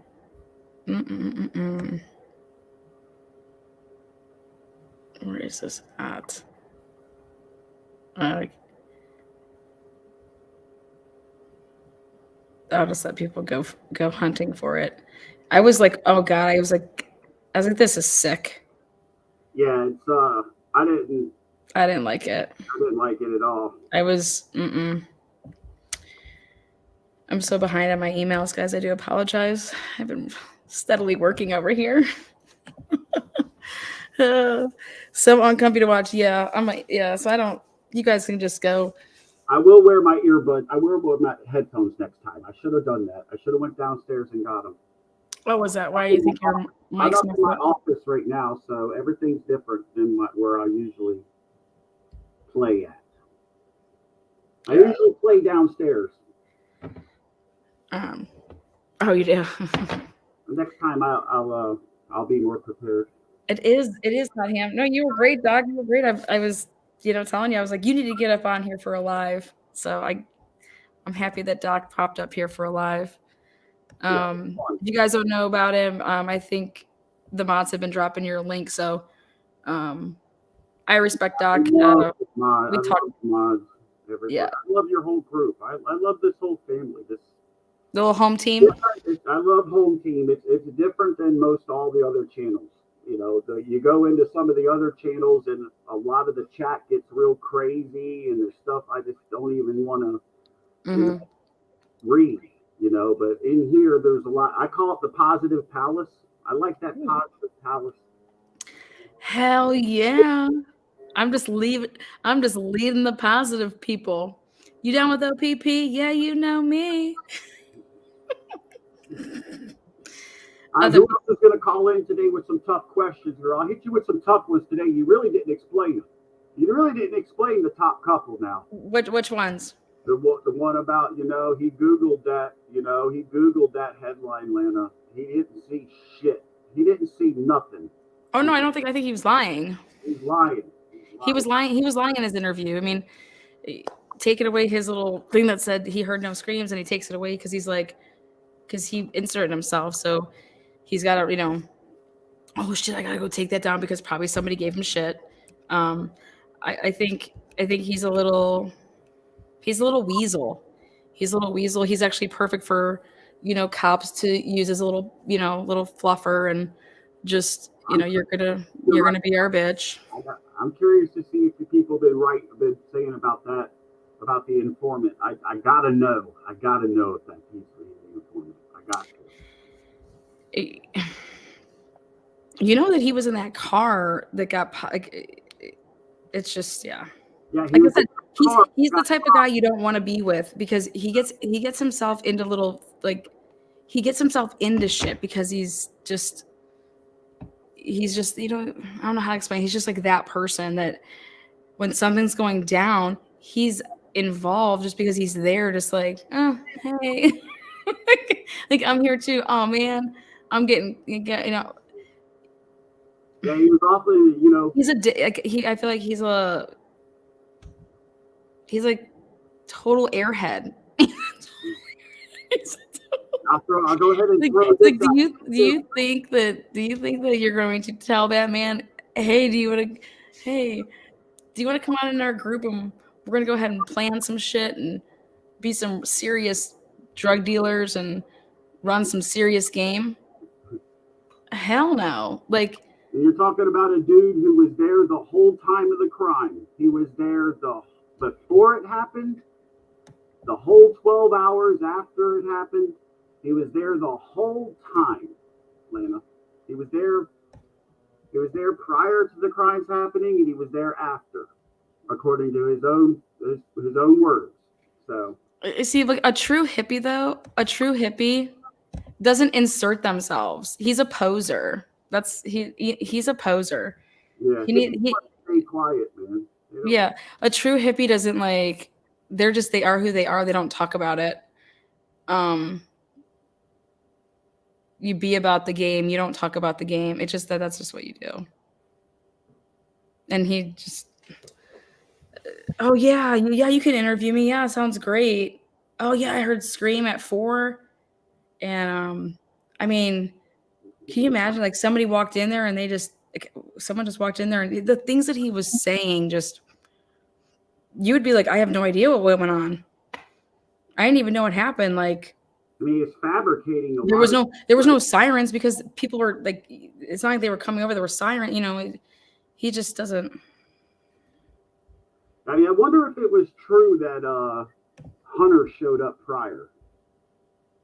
You know, I wonder if that's actually true. You know, their cell phones. Okay, if that case that we just all watched doesn't teach us anything, let it teach you that. If this case that we have is not full of digital evidence, like that we just saw in the Alec Murdaugh trial, then something is definitely up because they should know how many times Dylan's phone opened up and turned left and turned right, and then her phone was down, and then it was picked up again, and then she swiped and did this, and then she did that, and then she did this. Like, can you wait till, what about when this comes back and she's pacing all over the house, but she never saw the bodies? You make all these steps, but you never saw the bodies. So I'm very, very curious to see, you know, if none of this exists with these people that are going to be involved with this case, then I call bullshit. I call bullshit on all of that. Then Ann Taylor is epically failing her client because she should have been able to see what this trial just did and how well they pinpointed everything that Yeah. Paul, Maggie, Yep. Alec, Well, everything that they did. what got interesting for me is when they started showing where the officers started showing up at the Murdaugh residence and their body cams. That's when it started really getting interesting to me. Where they were starting to like search for the body, where at first they didn't find nothing, and then they went around the corner and they ended up finding one of the bodies.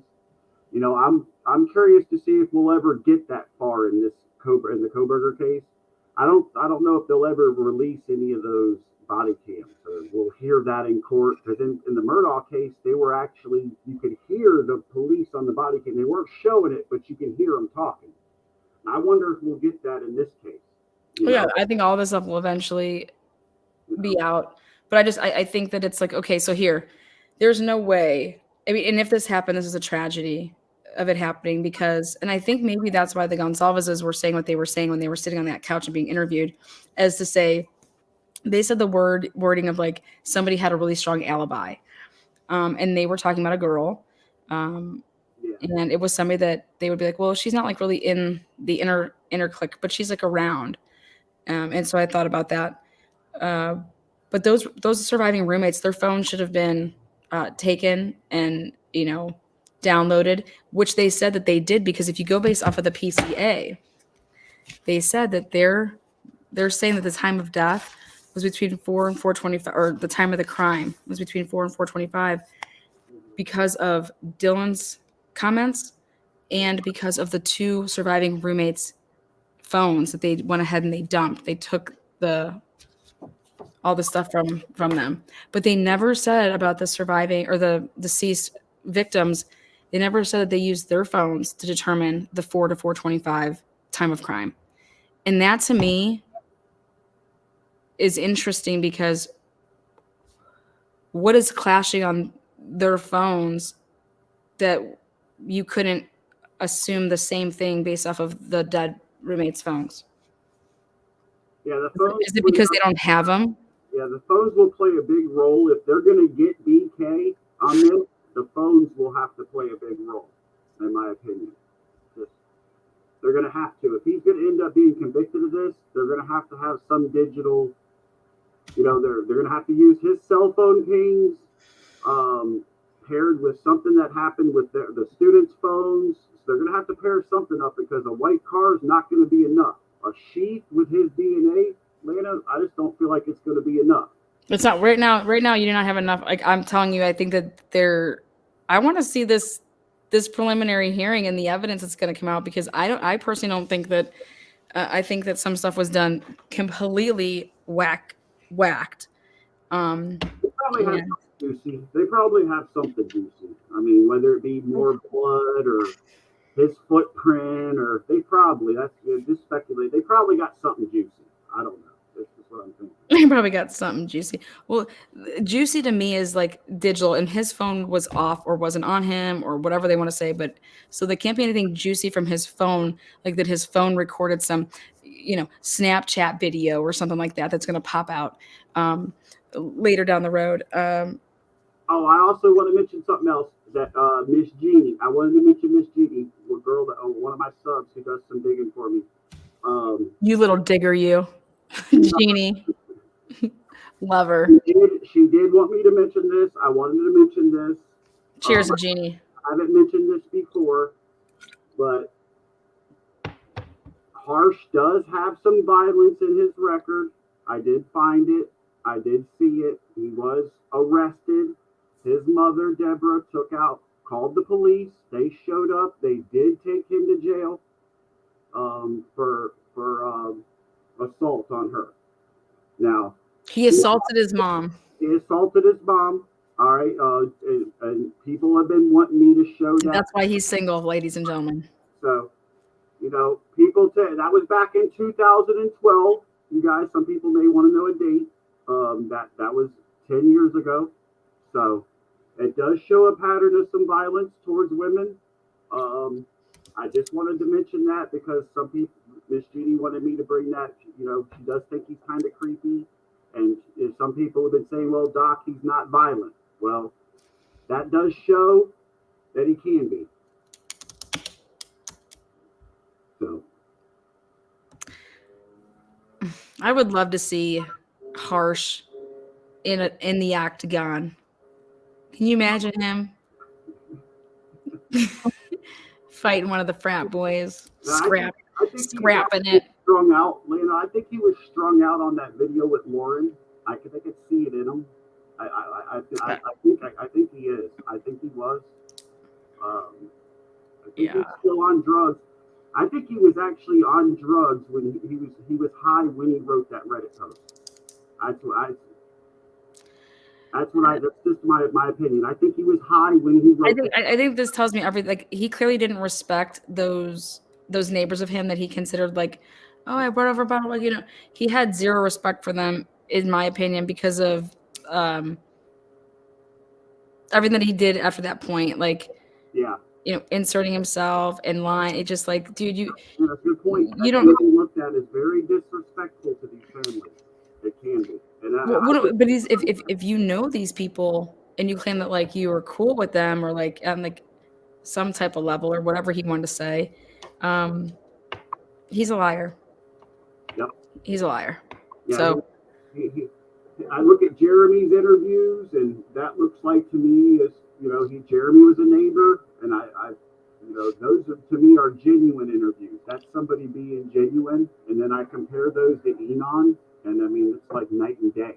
I'm just shocked that nobody has ever come forward out of anybody in Idaho that's on that campus to be like upset, like to say like we're gonna find who did this to our friends. Like this is sick. Like we're Right. That like.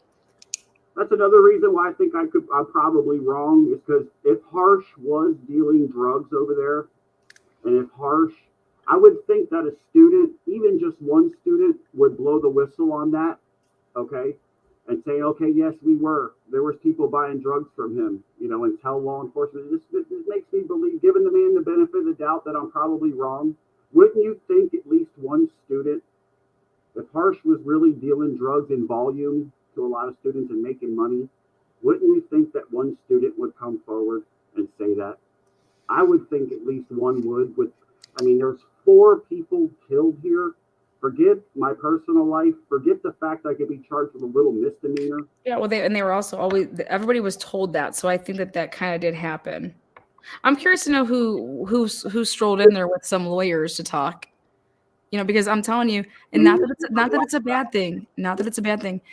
I'm telling you, if my son was on that campus and that happened, hell yeah, we can talk to the cops. Not without a lawyer, though. We're not talking to anybody. You're not talking to a single person without our lawyer present. I'll be there as well. But we're going to cooperate through an attorney. And so I know for a fact there's no way that these families that are very, with it, very successful human beings, that they're letting their kids talk to the police without their lawyer present.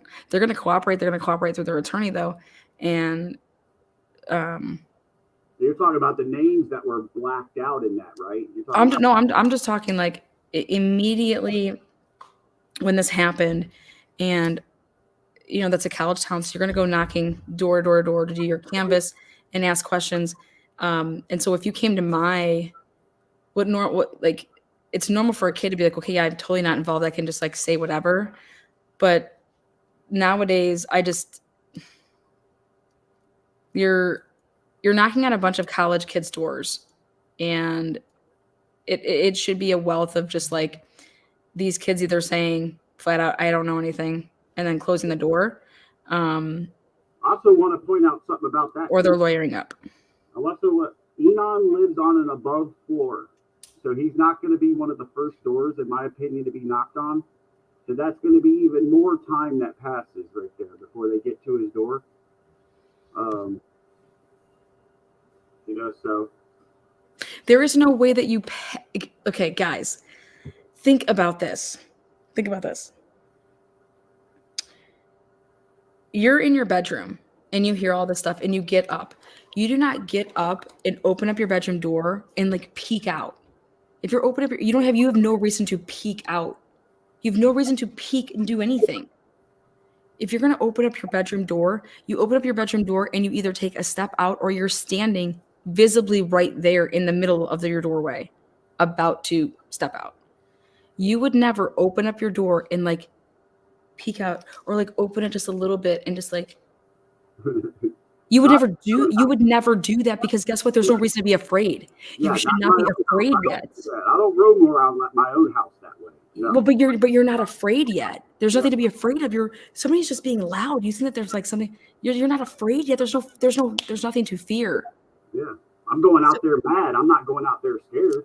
Yeah. So when you open up your door, if you're Dylan, if you're gonna sit here and say that she opened it just a peek, it doesn't make any sense. So when people want to say that she saw Brian, but Brian didn't see her, how is that possible? If your house is, you think that especially with your statement, you thought that they were upstairs playing with the dog. Okay. You think that your roommates are just partying or hanging out or being loud or fighting because they're boyfriend, girlfriend, and they're having an argument. There is nothing to be afraid of in terms of Dylan opening the door to her bedroom for the third time.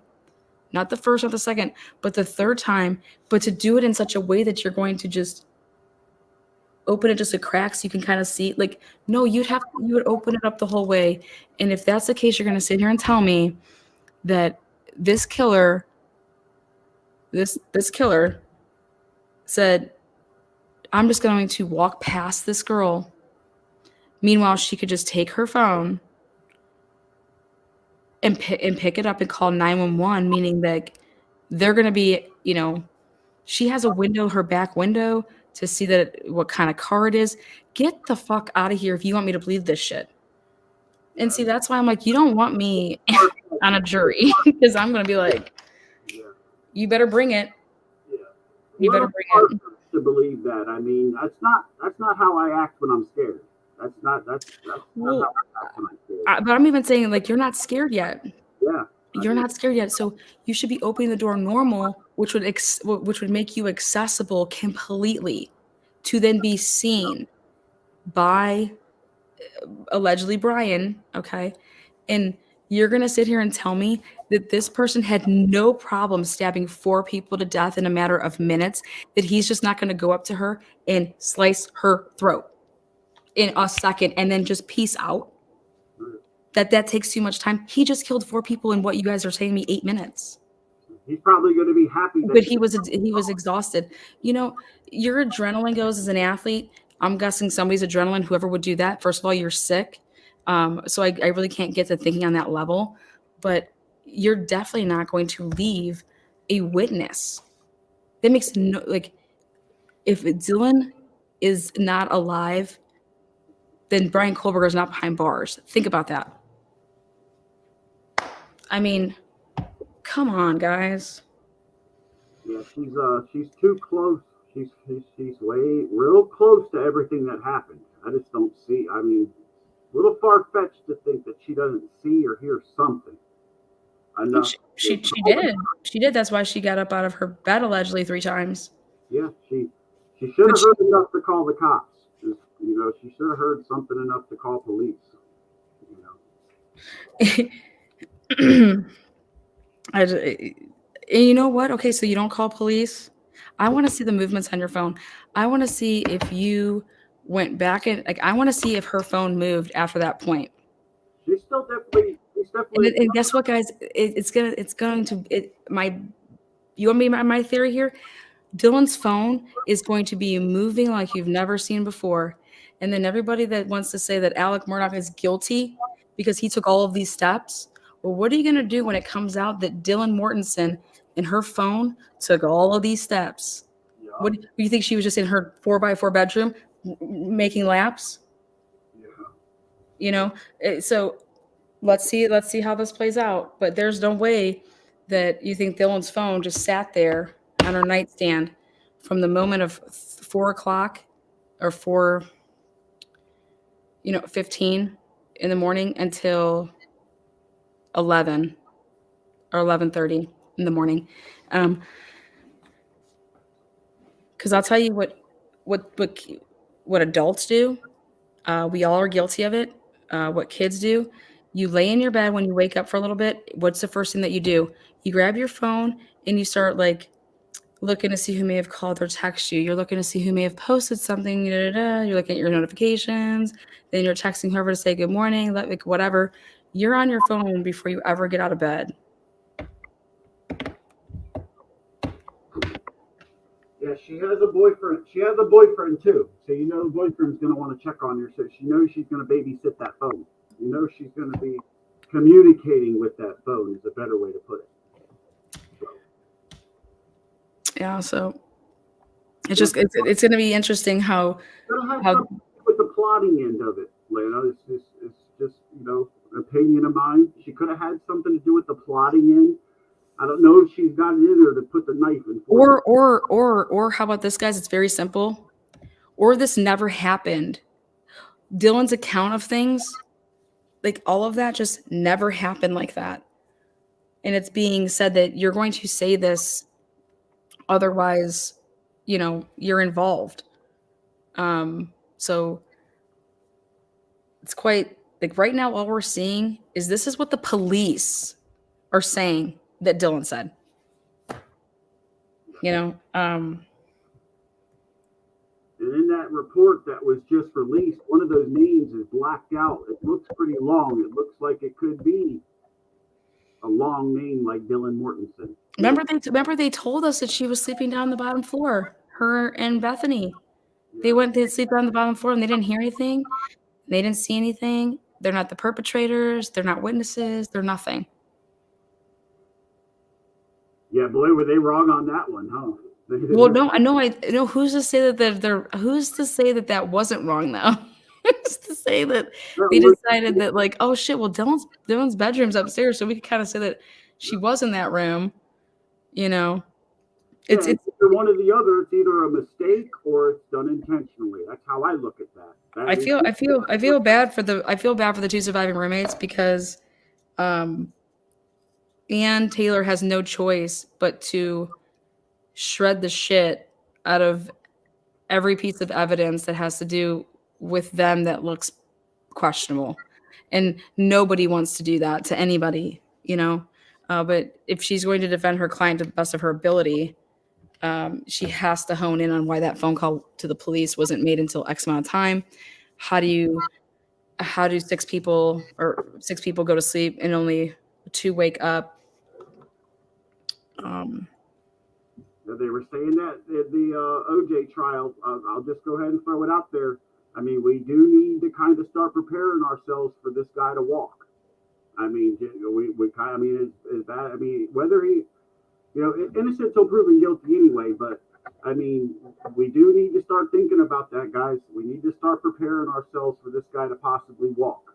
All right. And then when that happens, if that happens, I hope the light gets shined on Moscow PD. Everybody thinks they've done such a great job, but if this guy walks, they haven't done a great job.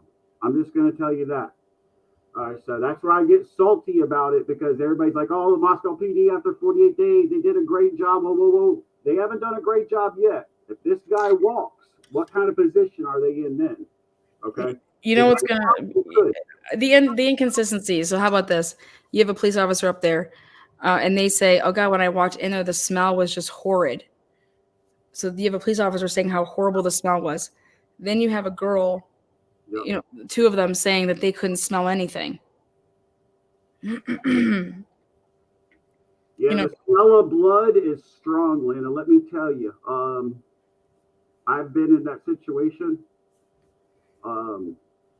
Being around some of my colleagues, I'll just go ahead and say I have some military in my background, and I've been around that before, and that hits you like something you'll never forget. All right, and it's almost like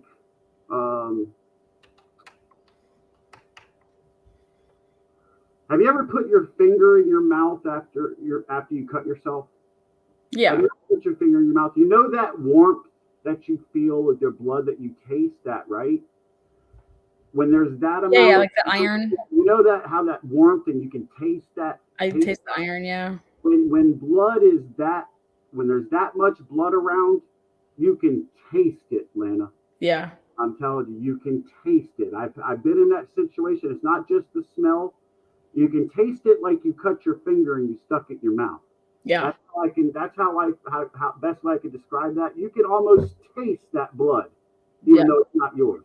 And so, like, that's going to be the thing, is that I think that, you know, when you wake up in the morning and you wake up because you smell something that wakes you up. So you're gonna have people testifying that that smell didn't wake up either one of these girls. That smell, do you smell? Hey, you text somebody, hey, what's that smell? Do you smell that? Like, they're not texting each other back and forth.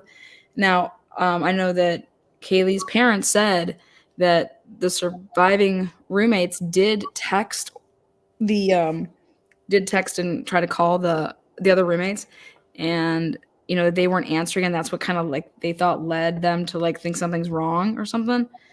I can't wait to see like what time those calls were.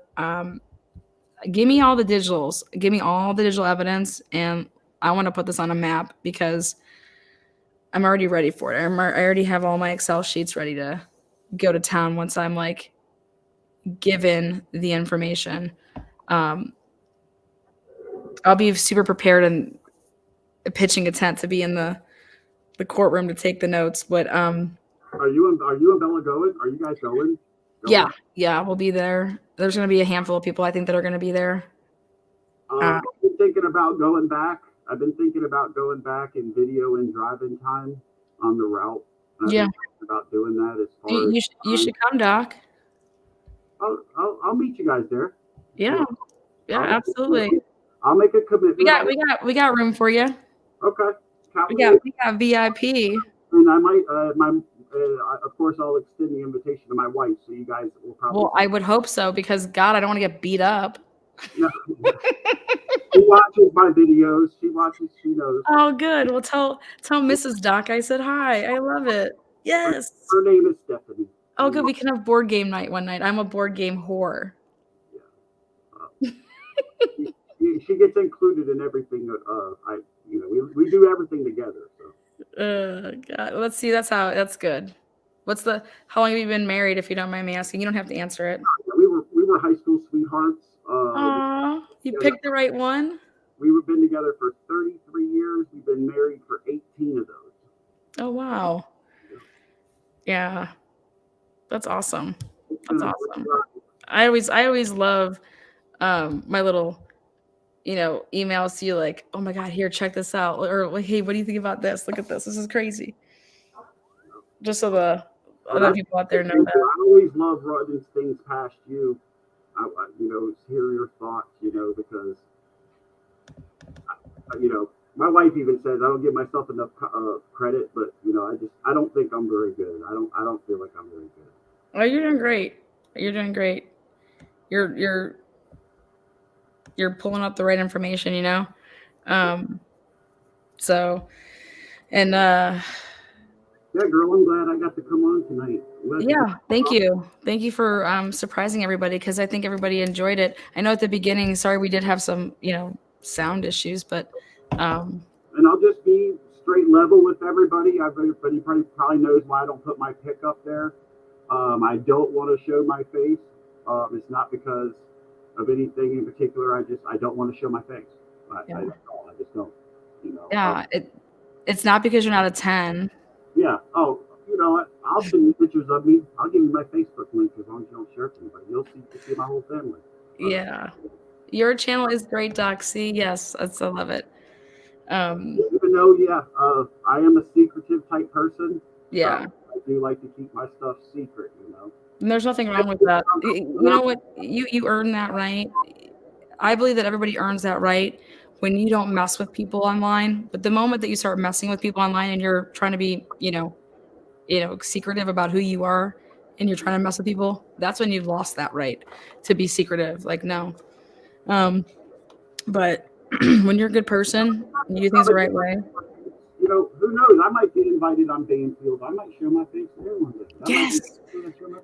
Well, crossing my fingers, but I think I have a couple bombshell interviews lined up for when we're in Idaho. So Nice. Yeah, I'll go ahead and start making plans now. I'll make a commitment. I will join you in Bella. I will. Yeah. I'll come Yeah. and join you girls. We would love it. So, and then I'll run it past my wife. I'm sure she'd love to come. Yeah, I want to check out some of the area that's over there. Anyways, like it's a little bit of ways, but I'm thinking about going back prior. I want to drive the route that BK took according to the affidavit passed by his house, and I want to video it.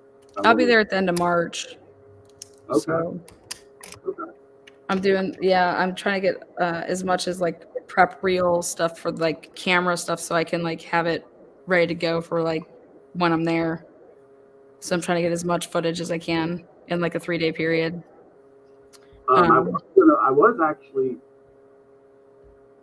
I just want to see that justice happens because I took a video of when I walked up to Harsh's apartment and when it was empty. Okay. I didn't tell you. I went ahead and took a video of when I went up to his apartment, but I didn't want to post it because I didn't know if that's considered sticking my nose into the investigation. No. If you're on public property, yeah. You know what I mean? As long as you're on public property. Okay, if I showed that, I mean, what if he is a suspect and that they can be that considered me sticking my nose in the investigation? Like I'm tracking him down, but I'm not a cop. You know No, I think the way that I would be handling that is you're tracking down to see how close something is. You're talking about proximity. You got 2 public buildings here, and as long as you're not invasion of privacy is when privacy is expected. So you can expect for your apartment to be photographed when you're on a public street. Like it's all about the level of expectation of privacy. Now for you to be expected to not be seen when you're in your home and not by a window, that's your level of expectation of privacy. So I think that as long as it's within those bounds, then you're fine. Yeah, I was learning all about personal jurisdiction today for like hours. I'll send it to you first and tell me what you think. Okay. And then I'll let you look it over and tell me if you think it's something I can. Because it's not just that. I mean, I did it when I got out of the car, and then I walked. I was basically looking for apartment number 17, so I videoed the whole walk, and I wanted to knock on his door and see if he'd do an interview with me like he did with Lauren. Oh, okay. Yeah, I think that's. I don't think that's inviting. I mean, because obviously Lauren contacted him somehow. So I figured. I've always wondered that. I've always wondered how that whole thing transpired. I wanted to ask him face to face if he would mind coming on an interview with me. I was close by. I wanted to knock on his door, but when I went there, there's nobody there. Interesting. When did you say when you went? When did you do that? You don't have to say if you would rather keep it quiet. Was it right after like the No. I went January 21st to the 26th. Okay. I was in that area, not there the whole time, but I only spent about 4 hours in Moscow. I was only there for about 4 hours. Oh, really? Oh, all the days that you were there? Yeah, because I wasn't there to spend that time. I wasn't, but it was on my route, so I was like, now's the time. I go that way sometimes. I haven't been that way quite some time before that, but I went past Idaho for a fishing trip. Oh, you were driving through. You're like, I gotta stop. I gotta see my boy Harsh. Well, I had a fish plan. I already knew the trip I was going to fish at, and I already knew it was on the way, so I already knew it was premeditated. Everything was premeditated. I already knew I was going to go by there. I wanted to drive the route according to the affidavit, but I just didn't have time.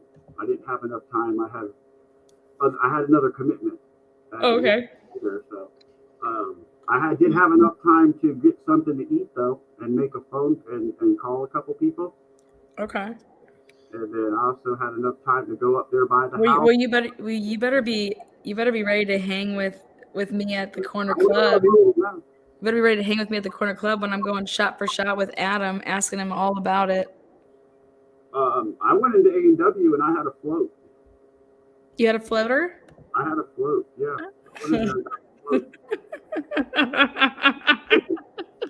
I went in there got a float. I love root beer floats. I love floats. Oh shit. Lana and Doc like Maverick and Iceman and Top Gun. Well, thank God neither one of us is Goose. We're not going down. Yeah. I'm running. If anything happens. I'm leaving you there. No, I'm not. I'll leave you. But I'm interested in a couple places around WSU's campus too. I'm just gonna walk over to the Sigma Chi house and be like, "Hey guys, I got the White Claw." Meow. See if they'll- I want to do is I want to get back Just on kidding. with Linta. I want to get back on with Linta and get out of the car and see how long it would take me to walk up there to the house. Video that.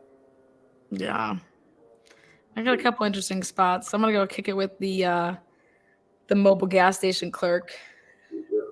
It's hard to spill it. Yeah, like JLR, where they say BK did that turnaround at apartment 52 up there. Yeah, but he did. That's true, and he did do that turnaround. Jonathan was walking on the very spot that he drove. And Jonathan walked that area back there on his apartment.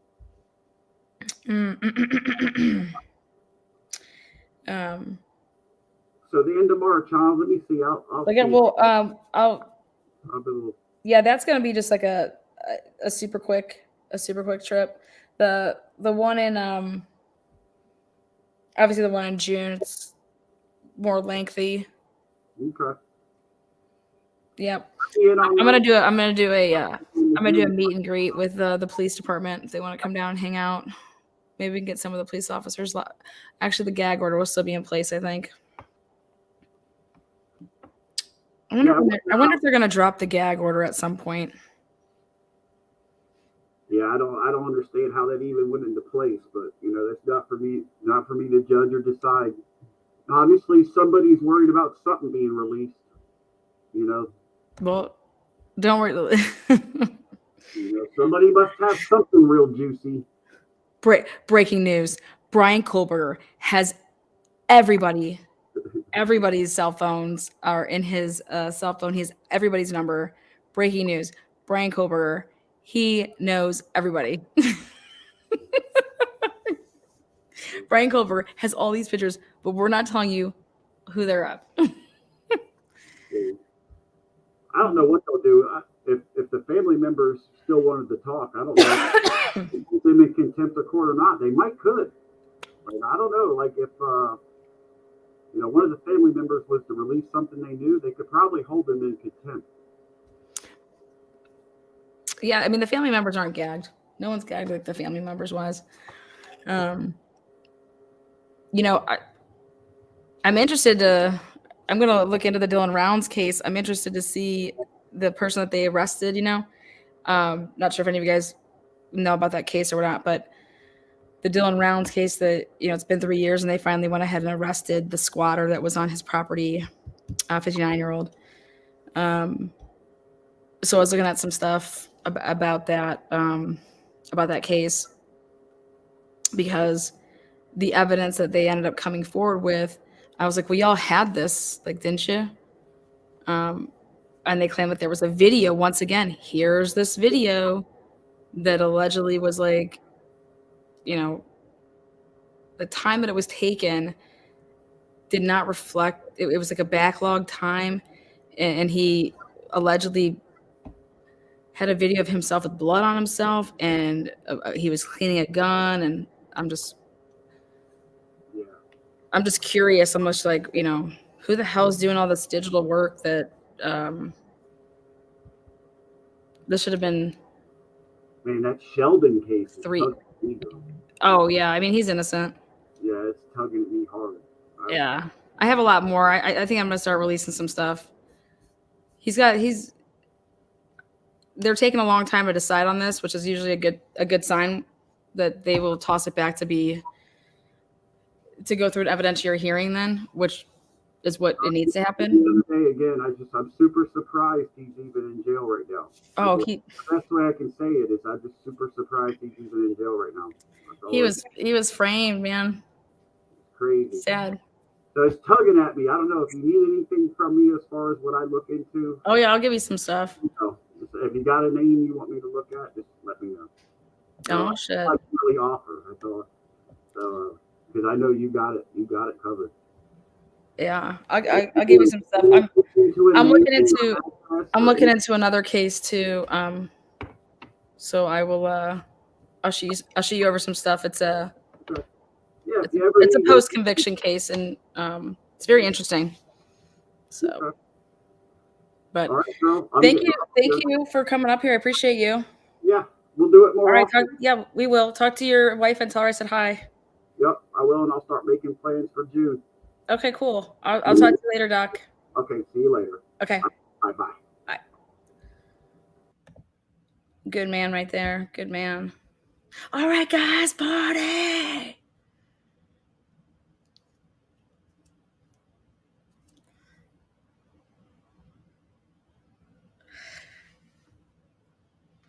Dylan Round's phone took that video. Yeah. It's going to be interesting.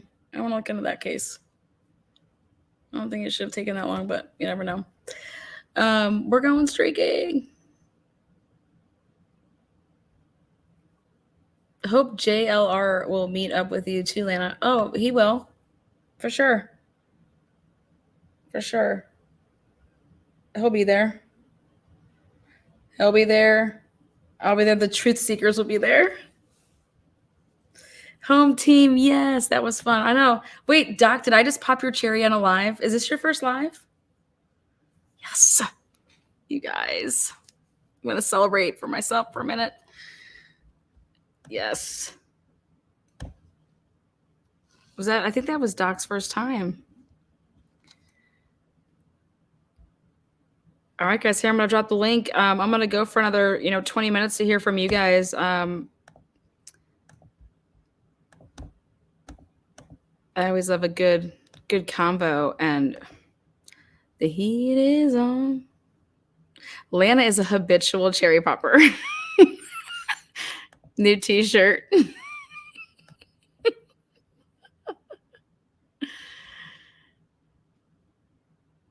Oh, God. Yes, it was. All righty. Thank you, Doc. Thank you. Again, I thought did I just drop the link? God. I'm going to be up all night. I feel like I'm back in college pulling all-nighters over here. Cherry Poppin' Daddies. You guys remember the Cherry Poppin' Daddies? You guys know the Cherry Poppin' Daddies.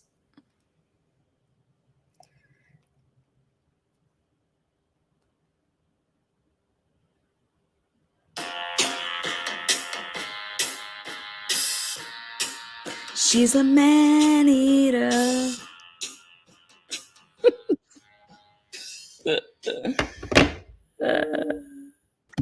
Hey, Bridget, you're live. What's good? Okay, can you hear me through? Oh, yeah, I can hear you. Okay, yeah. I was gonna say I think I fixed the mic issue. Okay, good. Oh, thank God. I know. I mean, I was really feeling for Doc tonight. I won't lie, but it got so much better. So, I guess what I wanted to talk about, I guess also in relation to Einen. Okay. Whatever. I just call him Harsh. Harsh. All right, Harsh. So I was kind of wondering,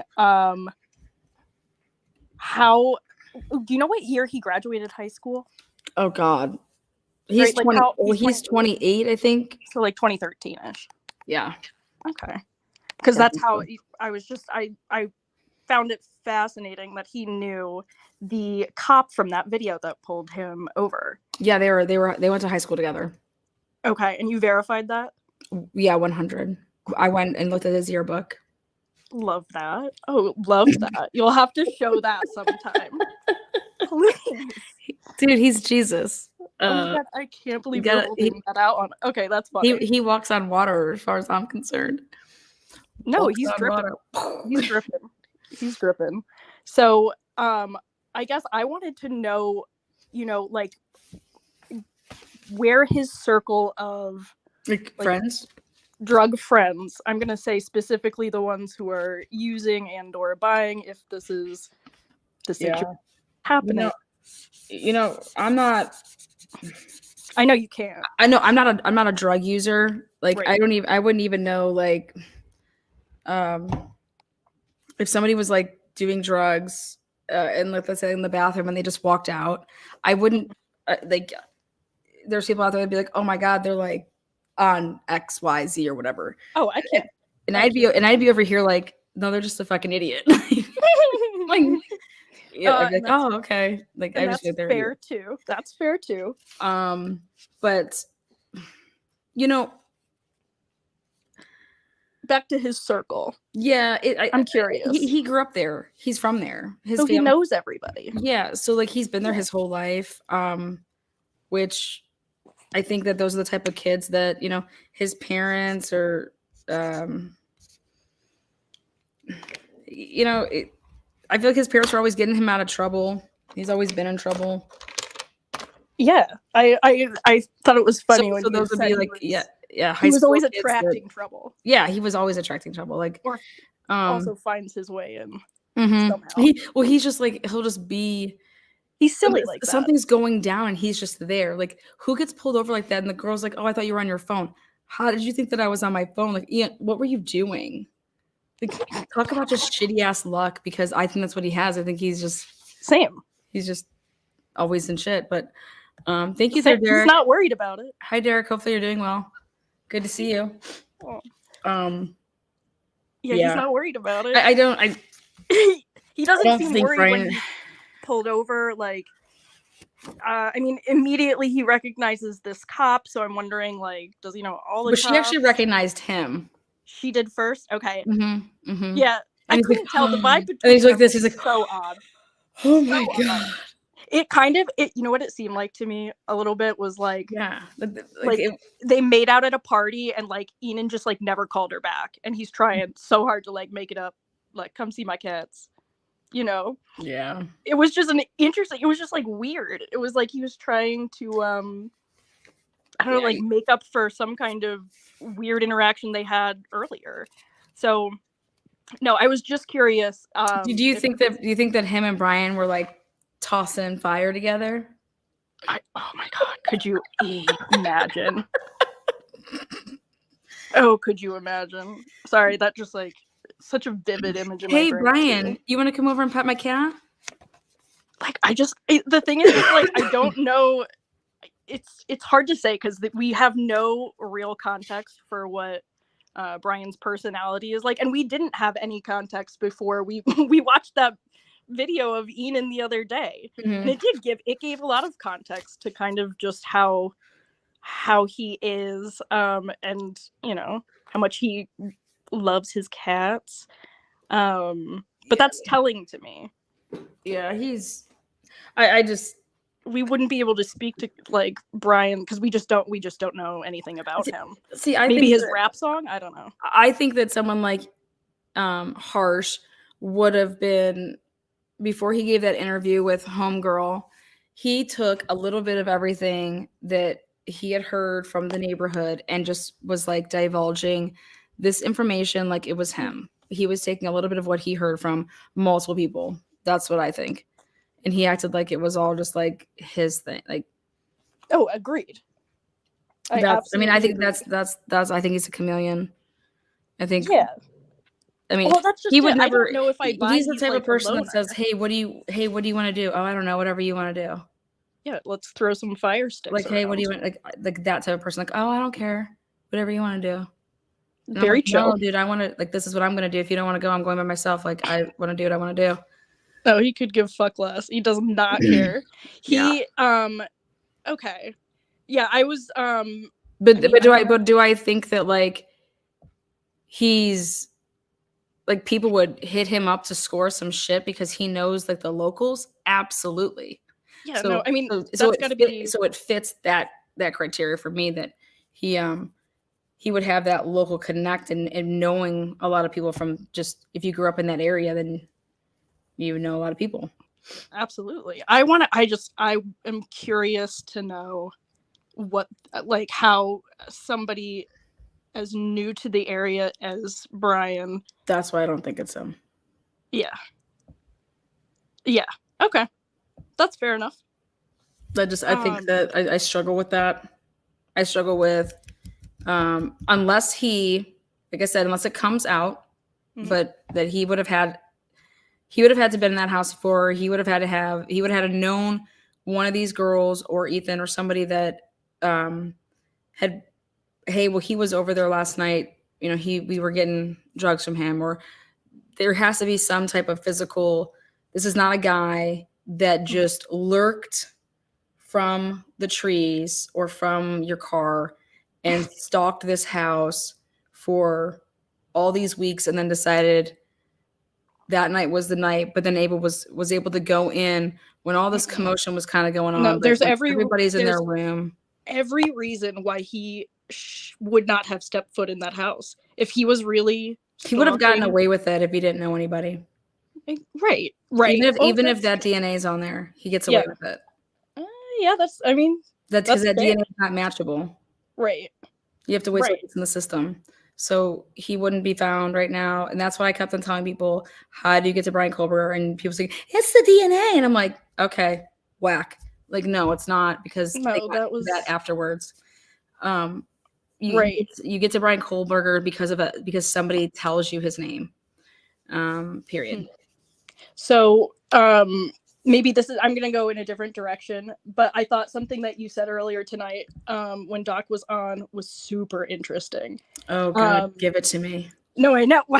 So you were talking about how Dylan's phone would just, if we were able to look at her on Find My Friends, she'd be all over the place. Yeah. Well, yeah, like if her phone, so like every time, because I'm just going, I watched probably, I couldn't even, like at least 10 times over, made all my notes, and I listened to these experts talk about Paul's phone, Maggie's phone, Alex's phone.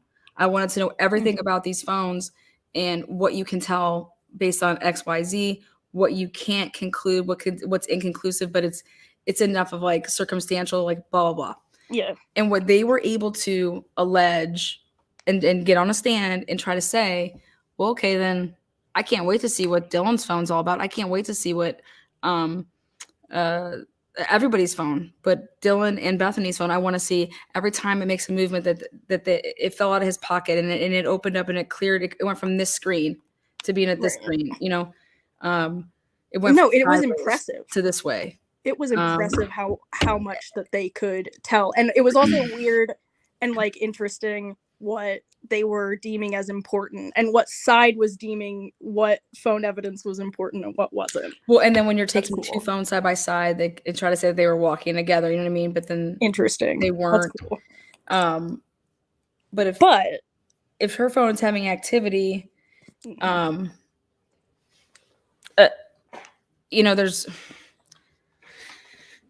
it's going to be really, really interesting. So I'm not going to put you on the spot. I'm curious though, because you've hinted a couple times, like over the past, who knows how long. I genuinely don't know how long I've been watching you do this.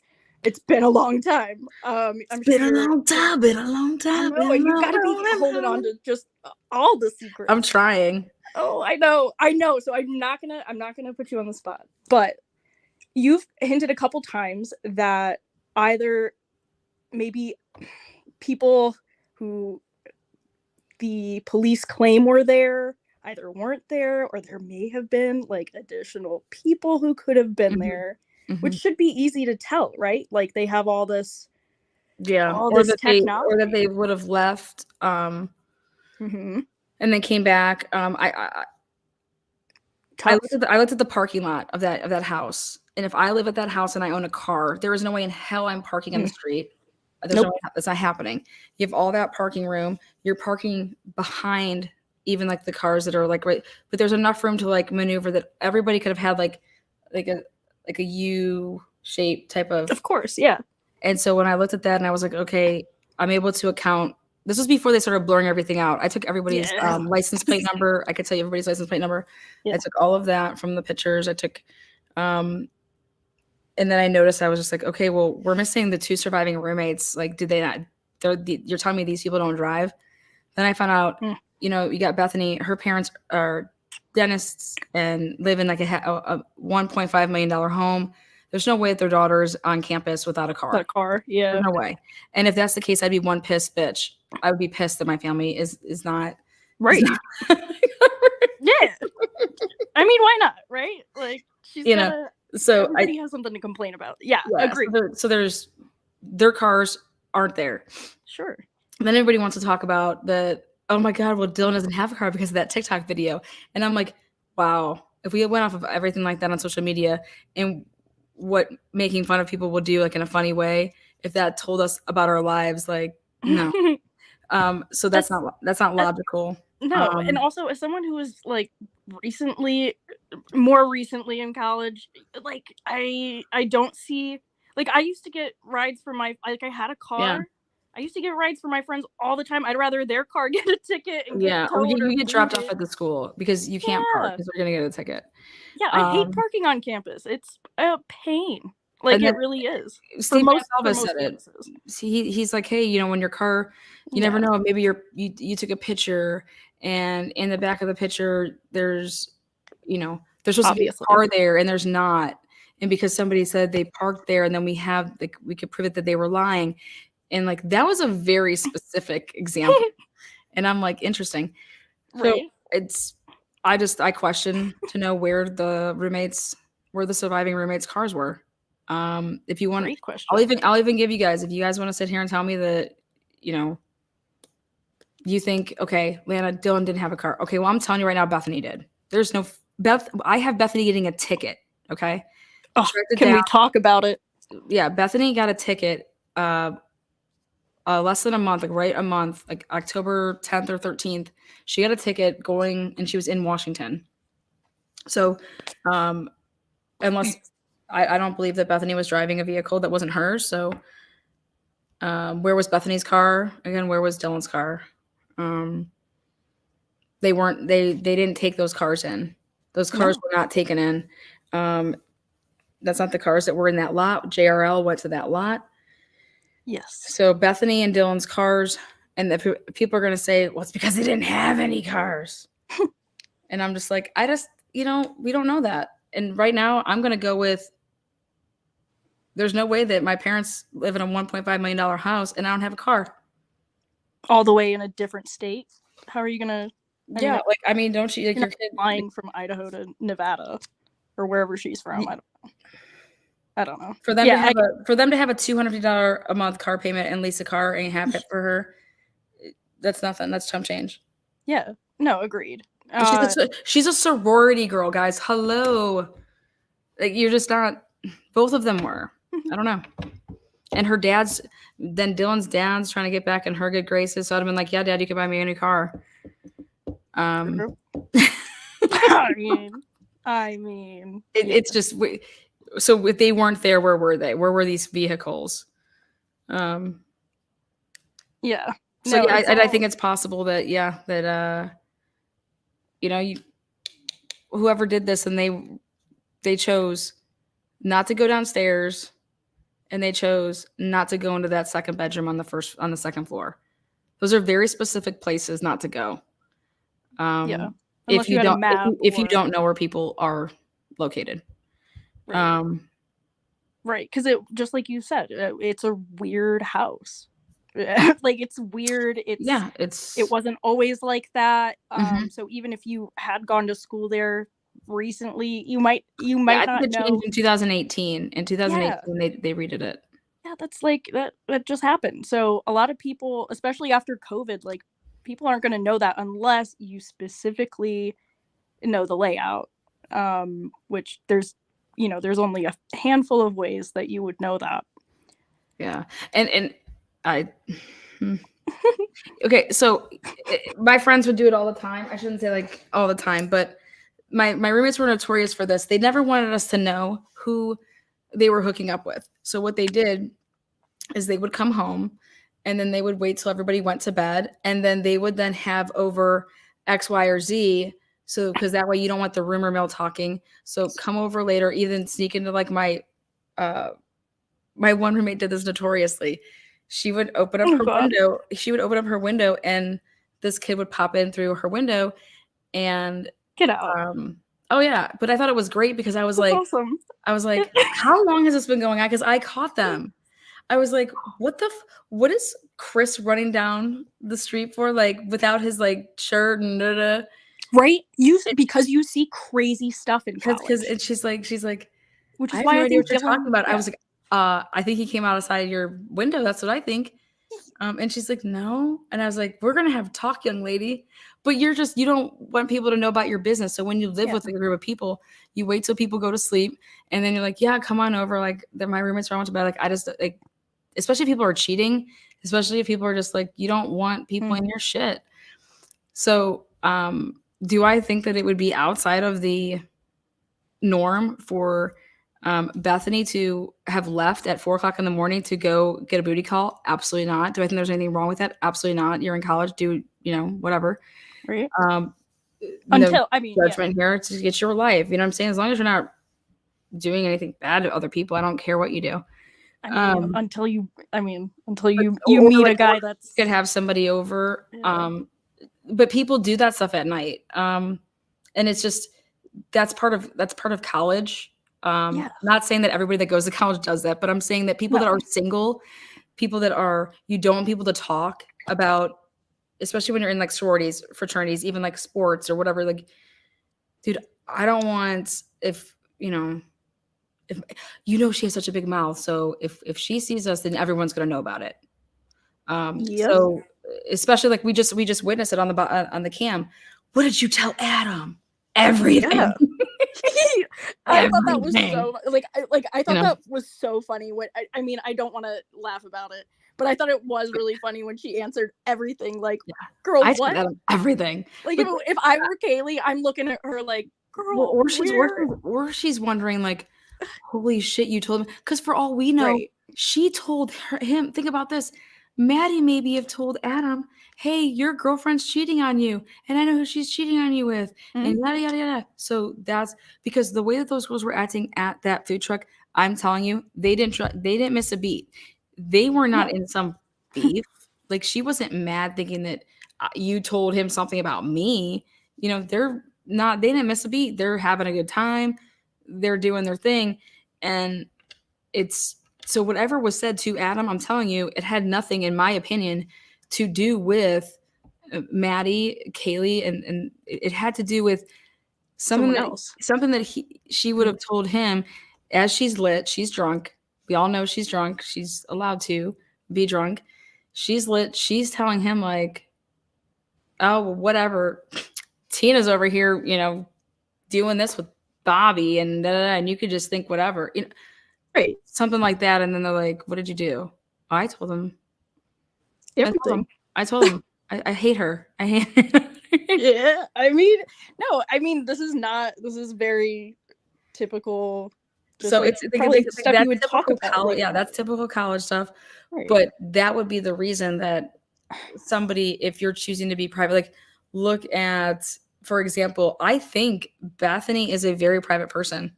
There's not that much out there, right? I think Dylan's over here, taking pictures, posting them super late at night, blah, blah, blah, just not caring, not, oh, I don't care, whatever, go ahead. Like, she seems to me like she's just, like, I would think that if I was going to get in a fight, I'd want Dylan on my side. She'd throw some bows with her friend Bridget and then those people. You ever seen those? For real, though. Those TikToks when they got their back, where they got their jerseys on and they're acting all gangster. But they're just like the whitest girls ever. But it's cute. It's funny. Agreed. No, I get you. And not like in a good way. Like that's what you're doing. But I don't think there's anything wrong with choosing to have your personal private life not on display for your whole sorority to know about. Or anybody else. Right. Agreed. Yeah, I've always had a problem with the cars. And like I said, there could be, people should ask themselves this. Those two girls should technically be living, Dylan and Bethany should be technically living in the sorority house. That's what is that allowed? That's what you do. But that's part of your experience. Why would you want to take that away from yourself? Why are you taking that away from yourself? They shouldn't even been there. They should have been living in the sorority. you know? So you got 2 seniors, 1 junior, and then 2 sophomores, you know, living in a house. And see, that's the other part is I wouldn't want to ever, I'm not getting in trouble for you guys being here underage drinking, throwing parties. Like, I'm not getting in trouble for that. Good point. Like, I didn't, when I was a senior in my 5th year in college, I was not partying with the freshmen and with the sophomores. Like, that wasn't happening. Yes, and that was At all. my big question when you know, kind of dropped that they were both sophomores, not living in student housing or in a sorority house. I don't know how that works. Well, like, that's part of like that's part of the experience. Like, of course. So like you wait for that. Oh my God, we get to all live in the house, and like your freshman year, you get paired up with somebody that you don't even know, that your roommate, and then your freshman year is really when you kind of like make the friends that you're going to then be around for your sophomore, junior, and senior year, pretty much.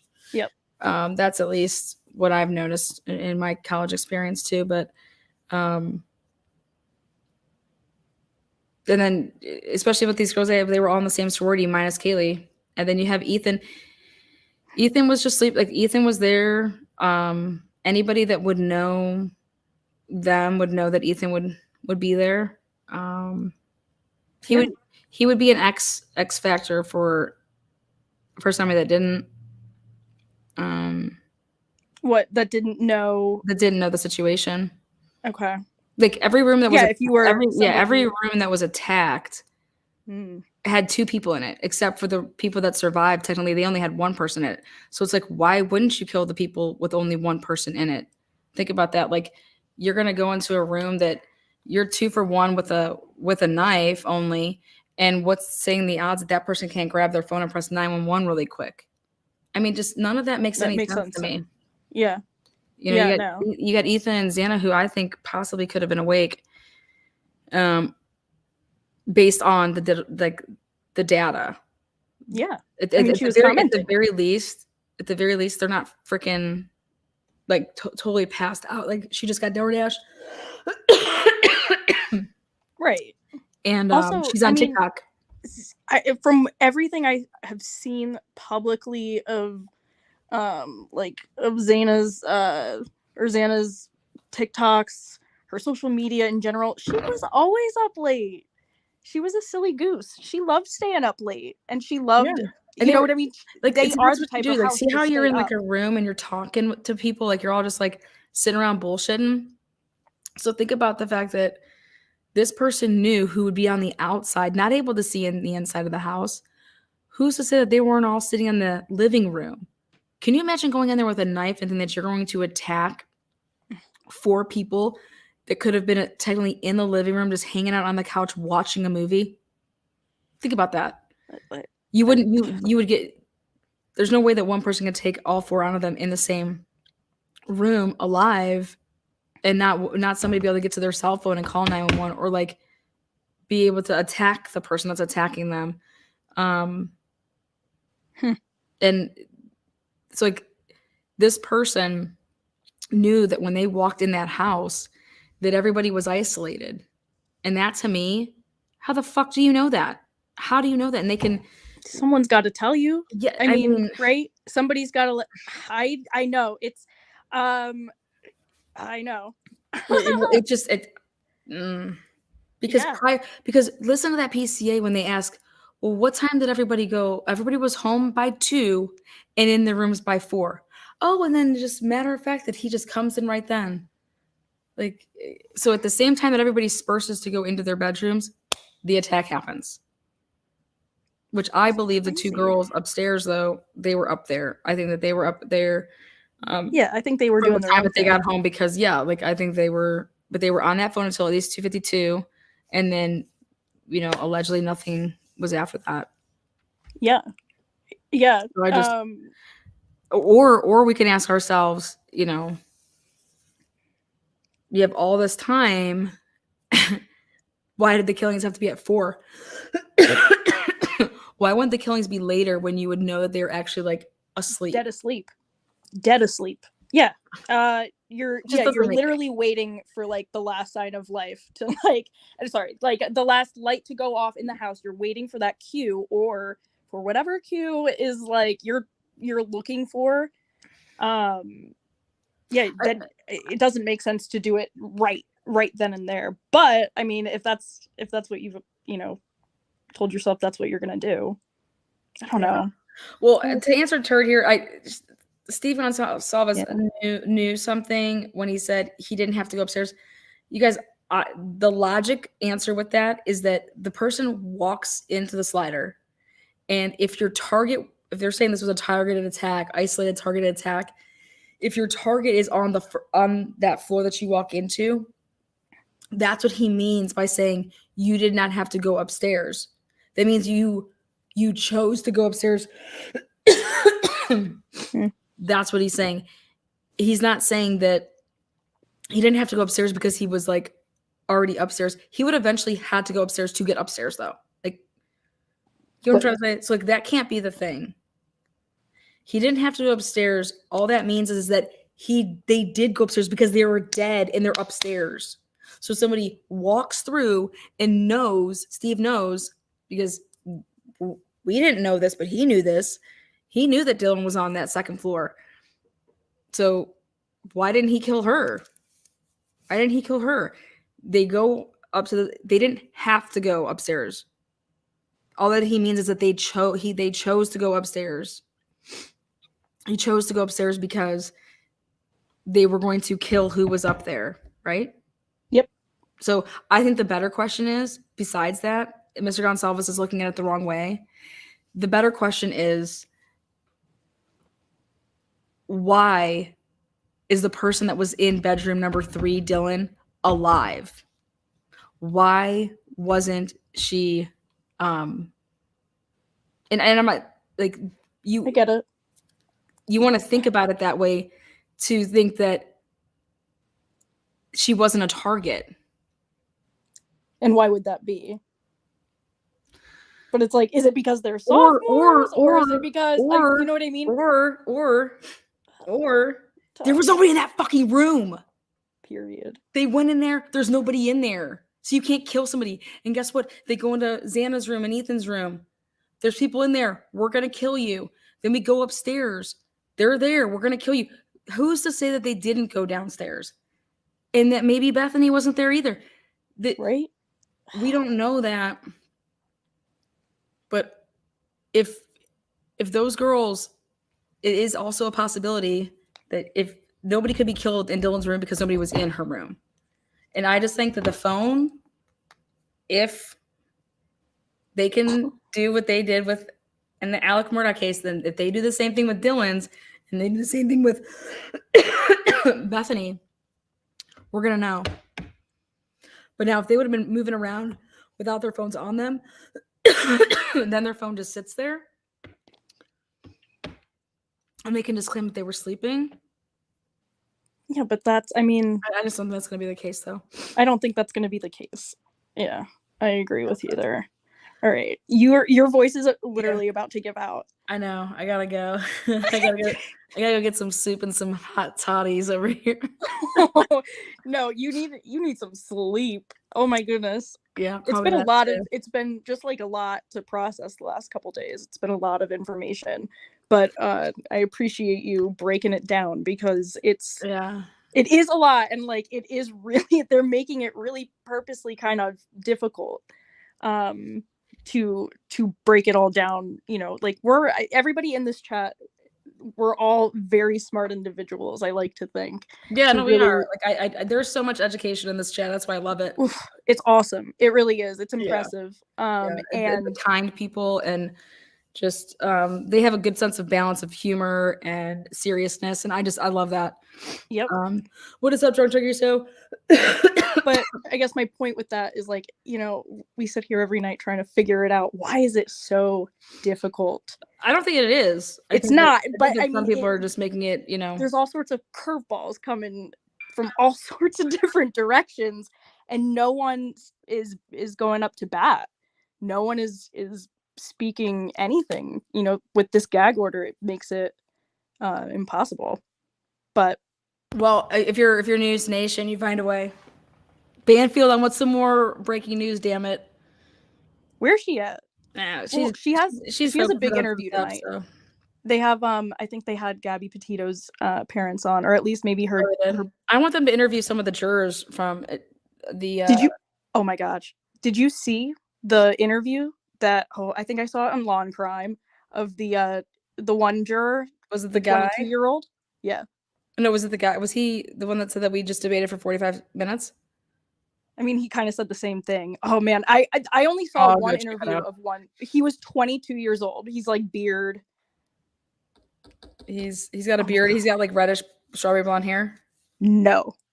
No. We're talking about different jurors then. I only saw one. It was on Law and Crime. He's a 22-year-old?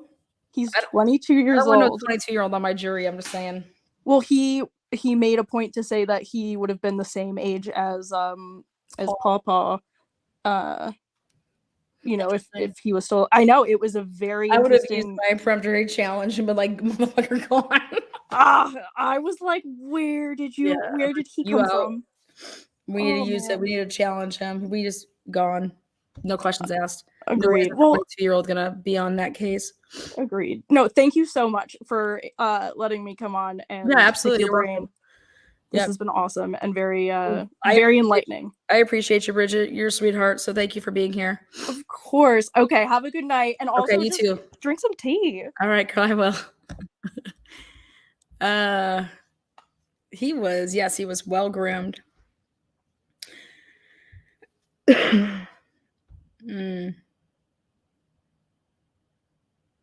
All right, guys, I'm gonna wrap that up. Again, thank you, Bridget. Doc. I'm just shocked that Gina Marie is not flying through here, shaking it. Why does age matter in a jury? It usually doesn't. But because of that case and Paw. Have you guys ever seen Runaway Jury? I want y'all to go watch that, okay? Come on, y'all. We got to get this. Tonight's homework is to watch Runaway Jury. Because I'm not going to lie. I said to myself, I'm like, Alec had to make some phone calls. Buy that jury. That's what he's done his whole life. Buys people. Looks like he couldn't buy the jury.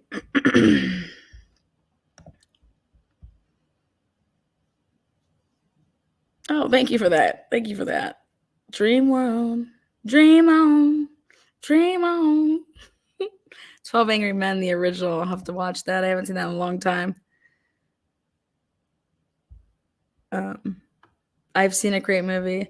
I know like the plot twist in Runaway Jury, like back in the day, I was like, damn. Love my movies. Yeah, I keep thinking you're talking about Runaway Bride with Primal Fear is another favorite of mine. I love Richard Gere. And then that was the movie that I was like, oh, who is this up and coming actor? Edward Norton. Primal Fear, yeah, that's definitely a top movie for me. Dusty Dan Lanny, you ever think about going to law school? Actually, today I literally said I'm enrolling. I hate Richard Gere. Oh, Primal Fear, yes. My Cousin Vinny is my most favorite lawyer movie. The lines in that movie are good.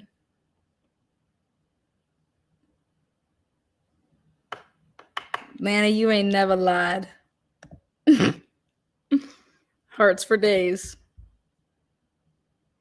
We are all the characters involved. You know what? I haven't seen My Cousin Vinny in a long, long time. Do you guys know that there's YouTubers out there? I never even knew this. They watch movies and they react to them. So like they tape themselves watching the movie and they react like, and then they put it out there. And I was at one of the downtown pubs, and this guy, I was like, can you turn on the Ohio State game? Like, what the hell are we doing here?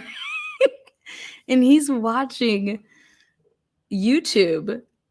and the people are watching a movie and he's watching them react to the movie.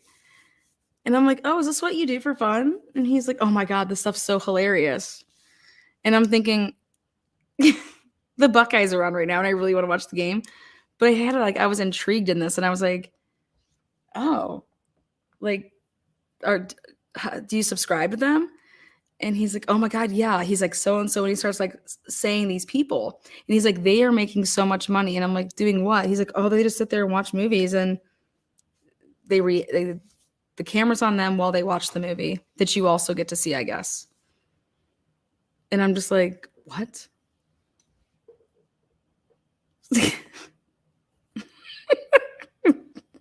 Have you guys ever heard of this before? OHIO? You're going to be like, what the fuck? Has anyone ever heard that before? Hi, Lana from Fort Worth, Texas. Are you saying hi, Lana, to me? Hi, Amy. Movie watching people, YouTubers. Yeah, it's a thing. But I think I'm going to have to do it one night. Will you guys come here and watch me watch a movie and watch me react?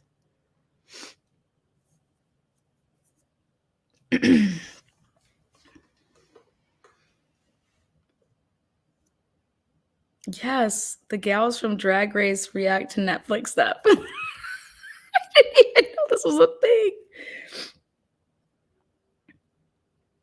I guess I'm going to have to do it. We should do it here. It has to be like a comedy, though. Like, I couldn't imagine doing it to like an intense movie. Yeah, I like A Bronx Tale. I love all my gangster films.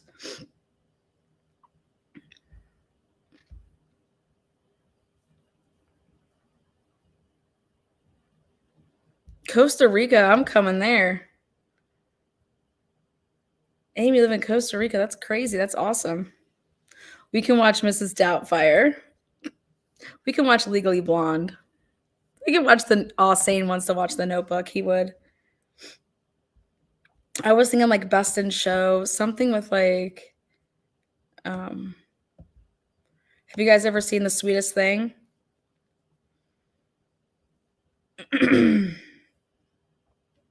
Yeah, we got to pick a good comedy where it's like adult comedy. Anyways, I was literally like, this guy was like, I was like, can I get my drink?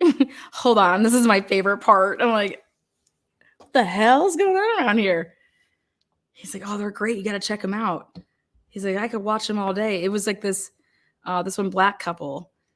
And he's like, oh, I watch them all the time. They're funny. And I was like, what are they? I was like, wait a second. They're watching. I was like, are they watching Rage? What are they watching? And he's like, oh, yeah, it's a racist movie. So it's even funnier. And I'm like, what? I'm like, I'd be flipping out over here. He's like, oh, yeah, it's great. So I was just like, wow. We can watch Cruel Intentions together. We can watch Jury Duty together. Anyways, actually, we know what we can watch is Jury Duty would be fun with Polly. Ferris Bueller. All right, guys. Best in Show. Have you guys ever seen that? Go watch it. It's great. I think I'm going to have to do it. It's going to be called like Midnight Mondays. Lena watches a movie.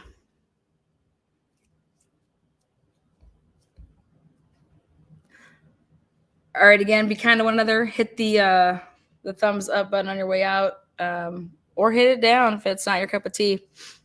Until next time. Thank you, mods. Thank you, subscribers. Thank you, members. Appreciate you guys.